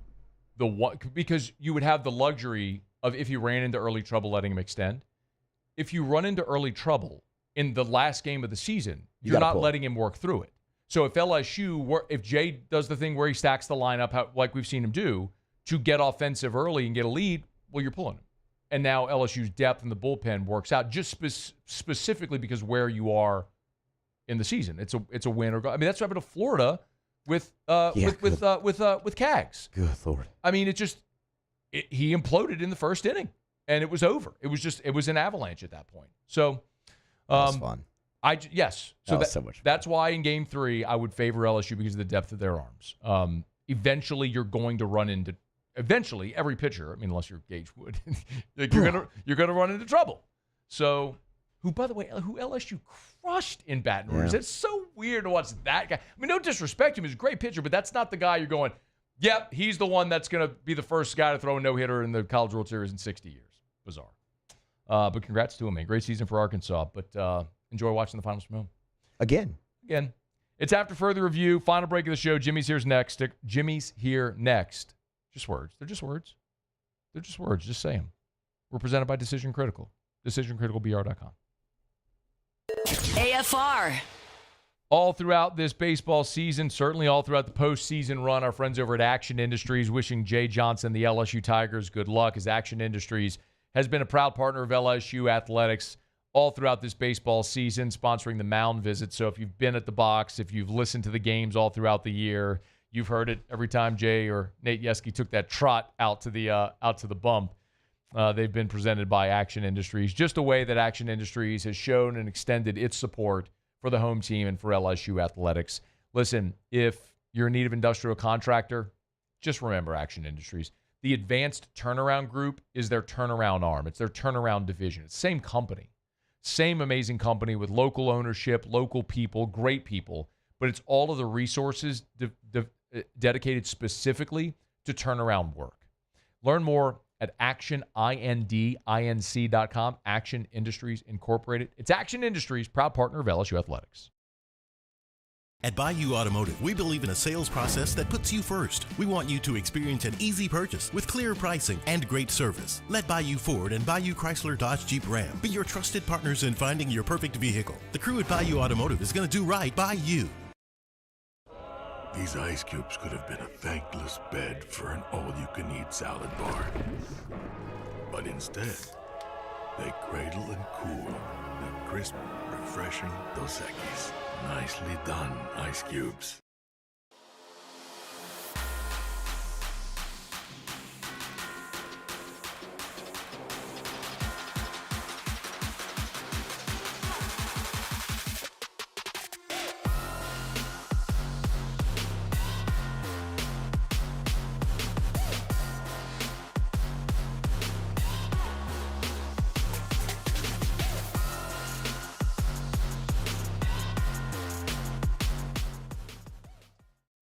Men, age is just a number. Don't let it dictate how you feel. Goodwood Men's Sexual Wellness has anti-aging services that can help you look and feel your best. Visit yourgoodwood.com and discover a renewed sense of vitality. At Luba Workers' Comp, our journey began over 30 years ago with a simple belief: our clients come first. At Luba, our business has always been focused on people, not policies. Through every success and challenge, we've continued to grow because we've stayed true to our values, committed to providing you with genuine dependability. Because your well-being is more than a priority. It's our purpose.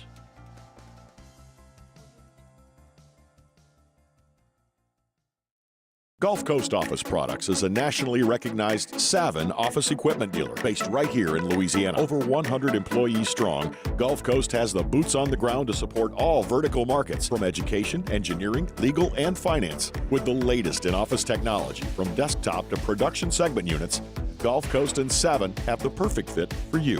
Call 225-756-2644. That's 756-2644 for Gulf Coast Office Products.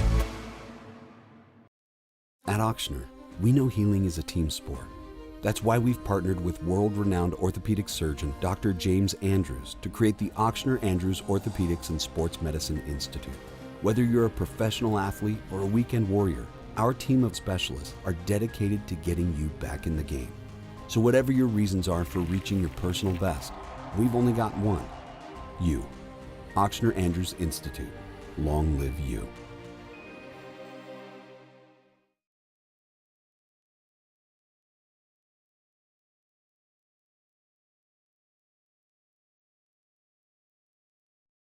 After further review with Matt Moscona, presented by Decision Critical Concierge Nursing. Healthcare for your lifestyle. Learn more at decisioncriticalbr.com.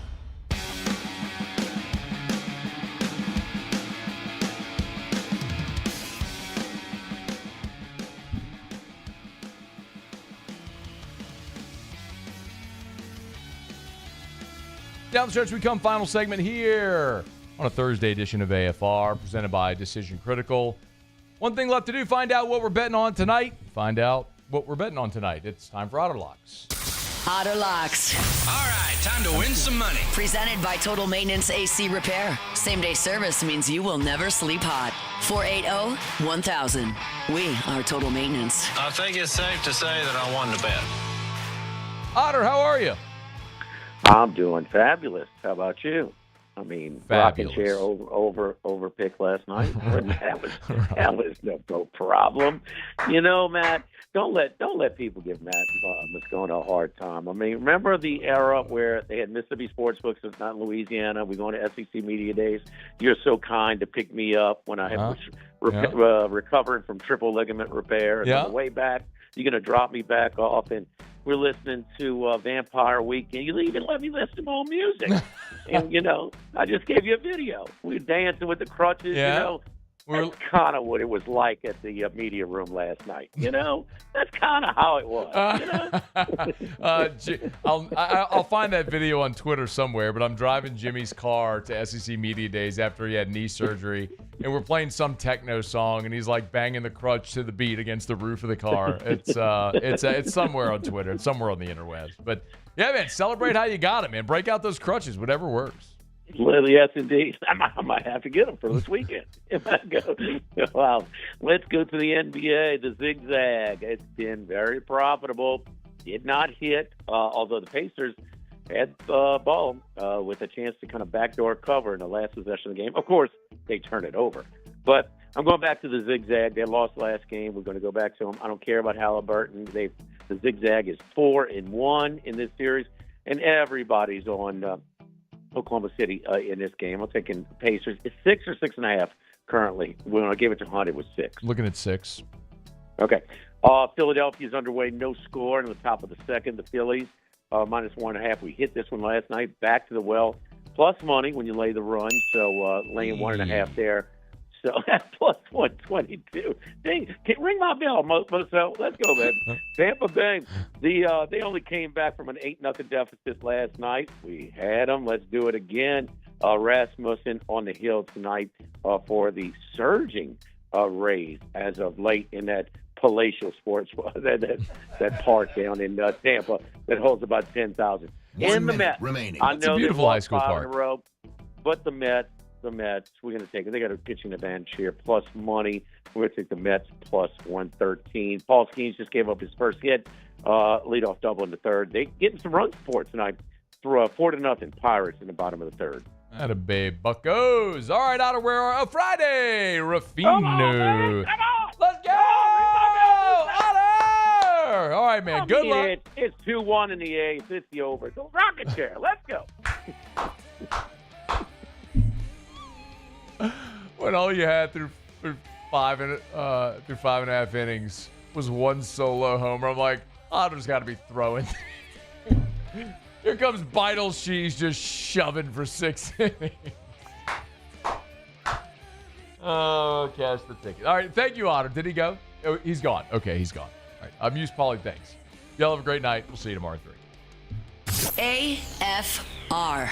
Brought to you by Rouse's, the official supermarket of the New Orleans Saints. Rouse's.com, Rouse's.com. Y'all get on by Rouse's. We're heading into the weekend. Of course, if you're getting set for that game watch on Saturday night, you're going to be grilling, maybe throwing some burgers on the grill, piece of fish, steak, whatever it is. You want to build a better burger, you can do it over at Rouse's, the official supermarket of the New Orleans Saints. If you are going to be just hanging out by the pool, you want something cold to drink, waters, soft drinks, Cokes for your mom and them, whatever. Maybe a few adult beverages, all your pops. You know they got that. They got great beer, your Louisiana craft beer. They got plenty of that over at Rouse's.